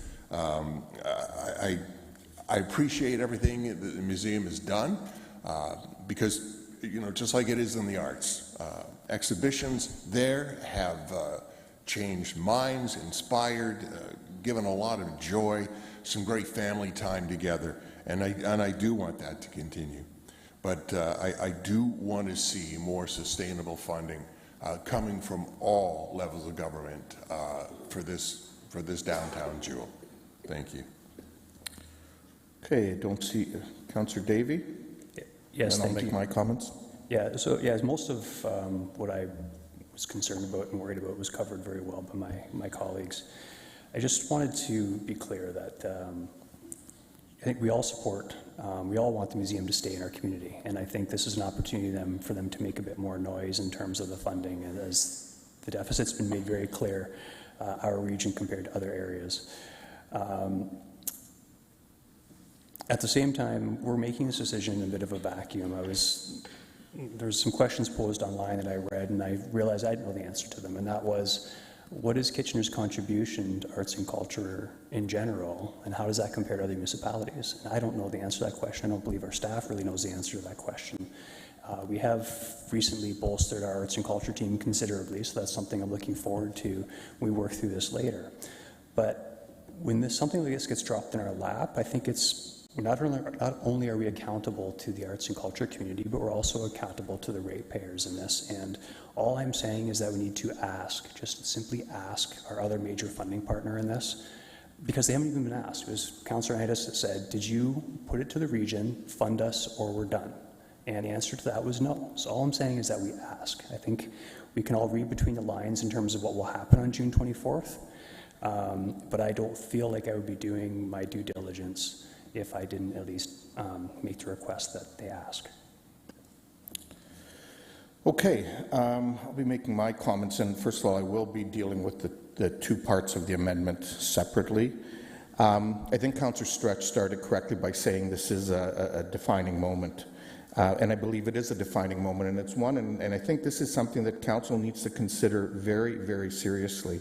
It's a defining moment, not about just any arts and culture organization in the city. It's about a key cultural institution, one that this municipality, the region, and the city of Waterloo identified, and it's actually one of it was one of three. Now it's one of two, because one of those has already gone bankrupt in the last 12 months. And as has been acknowledged, and I want to thank both the staff and the board for all of the great work that they have done to bring some incredible exhibits to a municipality of 270,000 people that we would never have imagined to have in our community. And here's an organization that has done that, has recognizing some of the challenges that they're having, and has done the right thing, as has been pointed out by Councillor Schneider, by actually coming forward and saying we need a helping hand. This council has had a strong vision. This council has had courage to deal with some significant issues as a community. We've been tackling the housing issues and been doing things that other communities have not been able to achieve. But when we talk about building housing, we're not talking just about building housing, we're talking about building community. And community means building recreational facilities, arts and culture facilities, and all those other things that are critical to seeing us be successful. We heard Mr. Bloom say, and we heard Communitech say, in fact, when they did their presentation here recently, about how important, and one of the biggest challenges they have continues to be attracting talent. And what's one of the biggest things that young people are looking for? Cool things for their staff to be able to do. Guess what? Lose a facility that brings 90,000 people downtown, that's sure not going to help our efforts and our company's efforts to attract talent to this community. When I say that this council has had strong vision and courage, we have done that. We have invested in some things like festivals, which were a priority for a number of members around this horseshoe. We've also created a new division that's led by Mr. Duick in terms of bringing our various entities together, bringing some of our functional areas together, and saying, how do we maximize the opportunities with the investment that we've had? During the pandemic, we also saw others in the community recognize the vision of council and actually donate $10 million of their assets to the City of Kitchener with the donation of the Conrad Centre. And that was because, quite frankly, they saw that this council had a vision in terms of where we wanted to go. I think one of the things, and I'm going to raise it, and I know it's probably not going to sit well with some people, but I think we can't lose sight of the fact that there's a fundamental funding flaw here that many of you have identified, and that includes funding from the province, funding from the federal government, and so on. But there's even a fundamental funding flaw in terms of our own facilities. In 2023, and I'm a big supporter of the Centre in the Square, and I'm not in any way disparaging the Centre or saying that we shouldn't be funding them, but they had 108,512 people come to the Centre in the Square. Our total investment in them was over $2.6 million, or $24.10 a visitor. When we take the average between 2016 and 2023 of the museum, they had 80,000 people a year. If we go even with 70,000, which was the 2023 number, that's $437 per person. In other words, we've given them 1/6 of what we put into the Centre in the Square. Different institution, different model, I get it. But my point is, that's a $1.4 million difference. I would suggest humbly to this council that if they got that extra $1.4 million that the Centre and the Square had, we wouldn't be having this conversation here today. And so, you know, we have heard from the museum board that fundamentally extending, you know, not giving them some certainty, at least a few months, is going to put into jeopardy the decision that the board needs to make, because this is going to require a lot of effort on their part. It's going to put into jeopardy staffing, and we've heard from our own staff that, quite frankly, trying to get things done by September is going to be hard enough. And to create uncertainty around that just makes absolutely no sense to me. And so I think, you know, I get it. I want to go and get more money from the region too. I'm frustrated with the way this whole thing played out at the region, and quite frankly used a lot of political capital in order to get that money back on the table at the region. But I'm not about, you know, I'm not prepared to blow this all up because, you know, we want to, you know, try to put some extra pressure on the region over $100,000. And quite frankly, I would suggest to everyone around this horseshoe, have the museum and a few businesses close up, and you're going to multiply that 100,000 many, many times in terms of decreased taxes and so on. So I really want to urge council to seriously consider that issue and not to support the second part in terms of the deferral around Section D, Clause D. Fully support going after trying to get additional money from the region. And quite frankly, I think the other piece is, and happy to work with members of council on this, a motion that would come to this council seeing us advocating to the province and the federal government, which is really where we're underfunded, to work with them, to work with MP Morris and others to try to get more funding coming to the municipality. So those are my comments, and thank you for indulging me. So, recorded vote. We'll deal with the first part of the amendment. So we're dealing with the first part of the amendment, asking the region.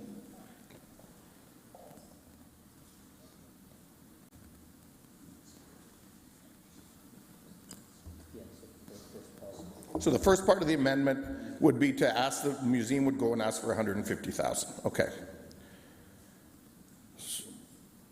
Okay. So now we'll do the. Oh, that's carried. So now we'll deal with the deferral.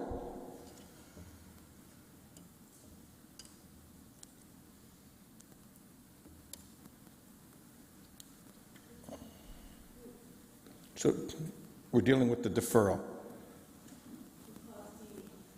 Yeah, so if you want to see the deferral, you'd vote yes. If you don't want to see the deferral, you would vote no. Of Clause D. No, now it is.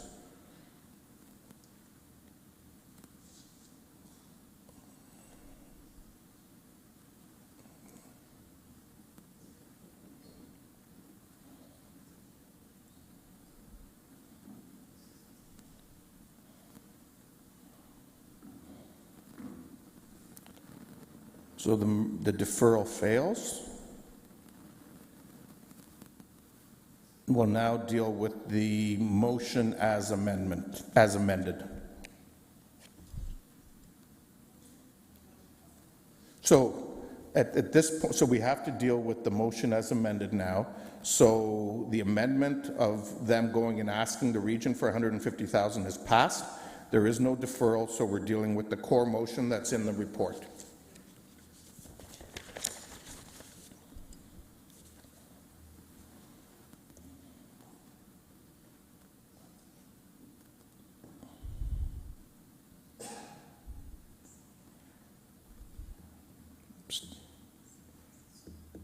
Still waiting for a couple of people.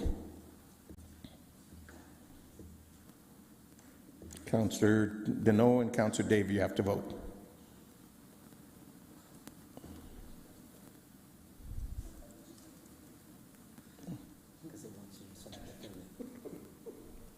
There you Okay, so Councillor Davies is okay, so that motion is carried. Okay, gentlemen, you have your motion. Thank you. Okay, so we will move on.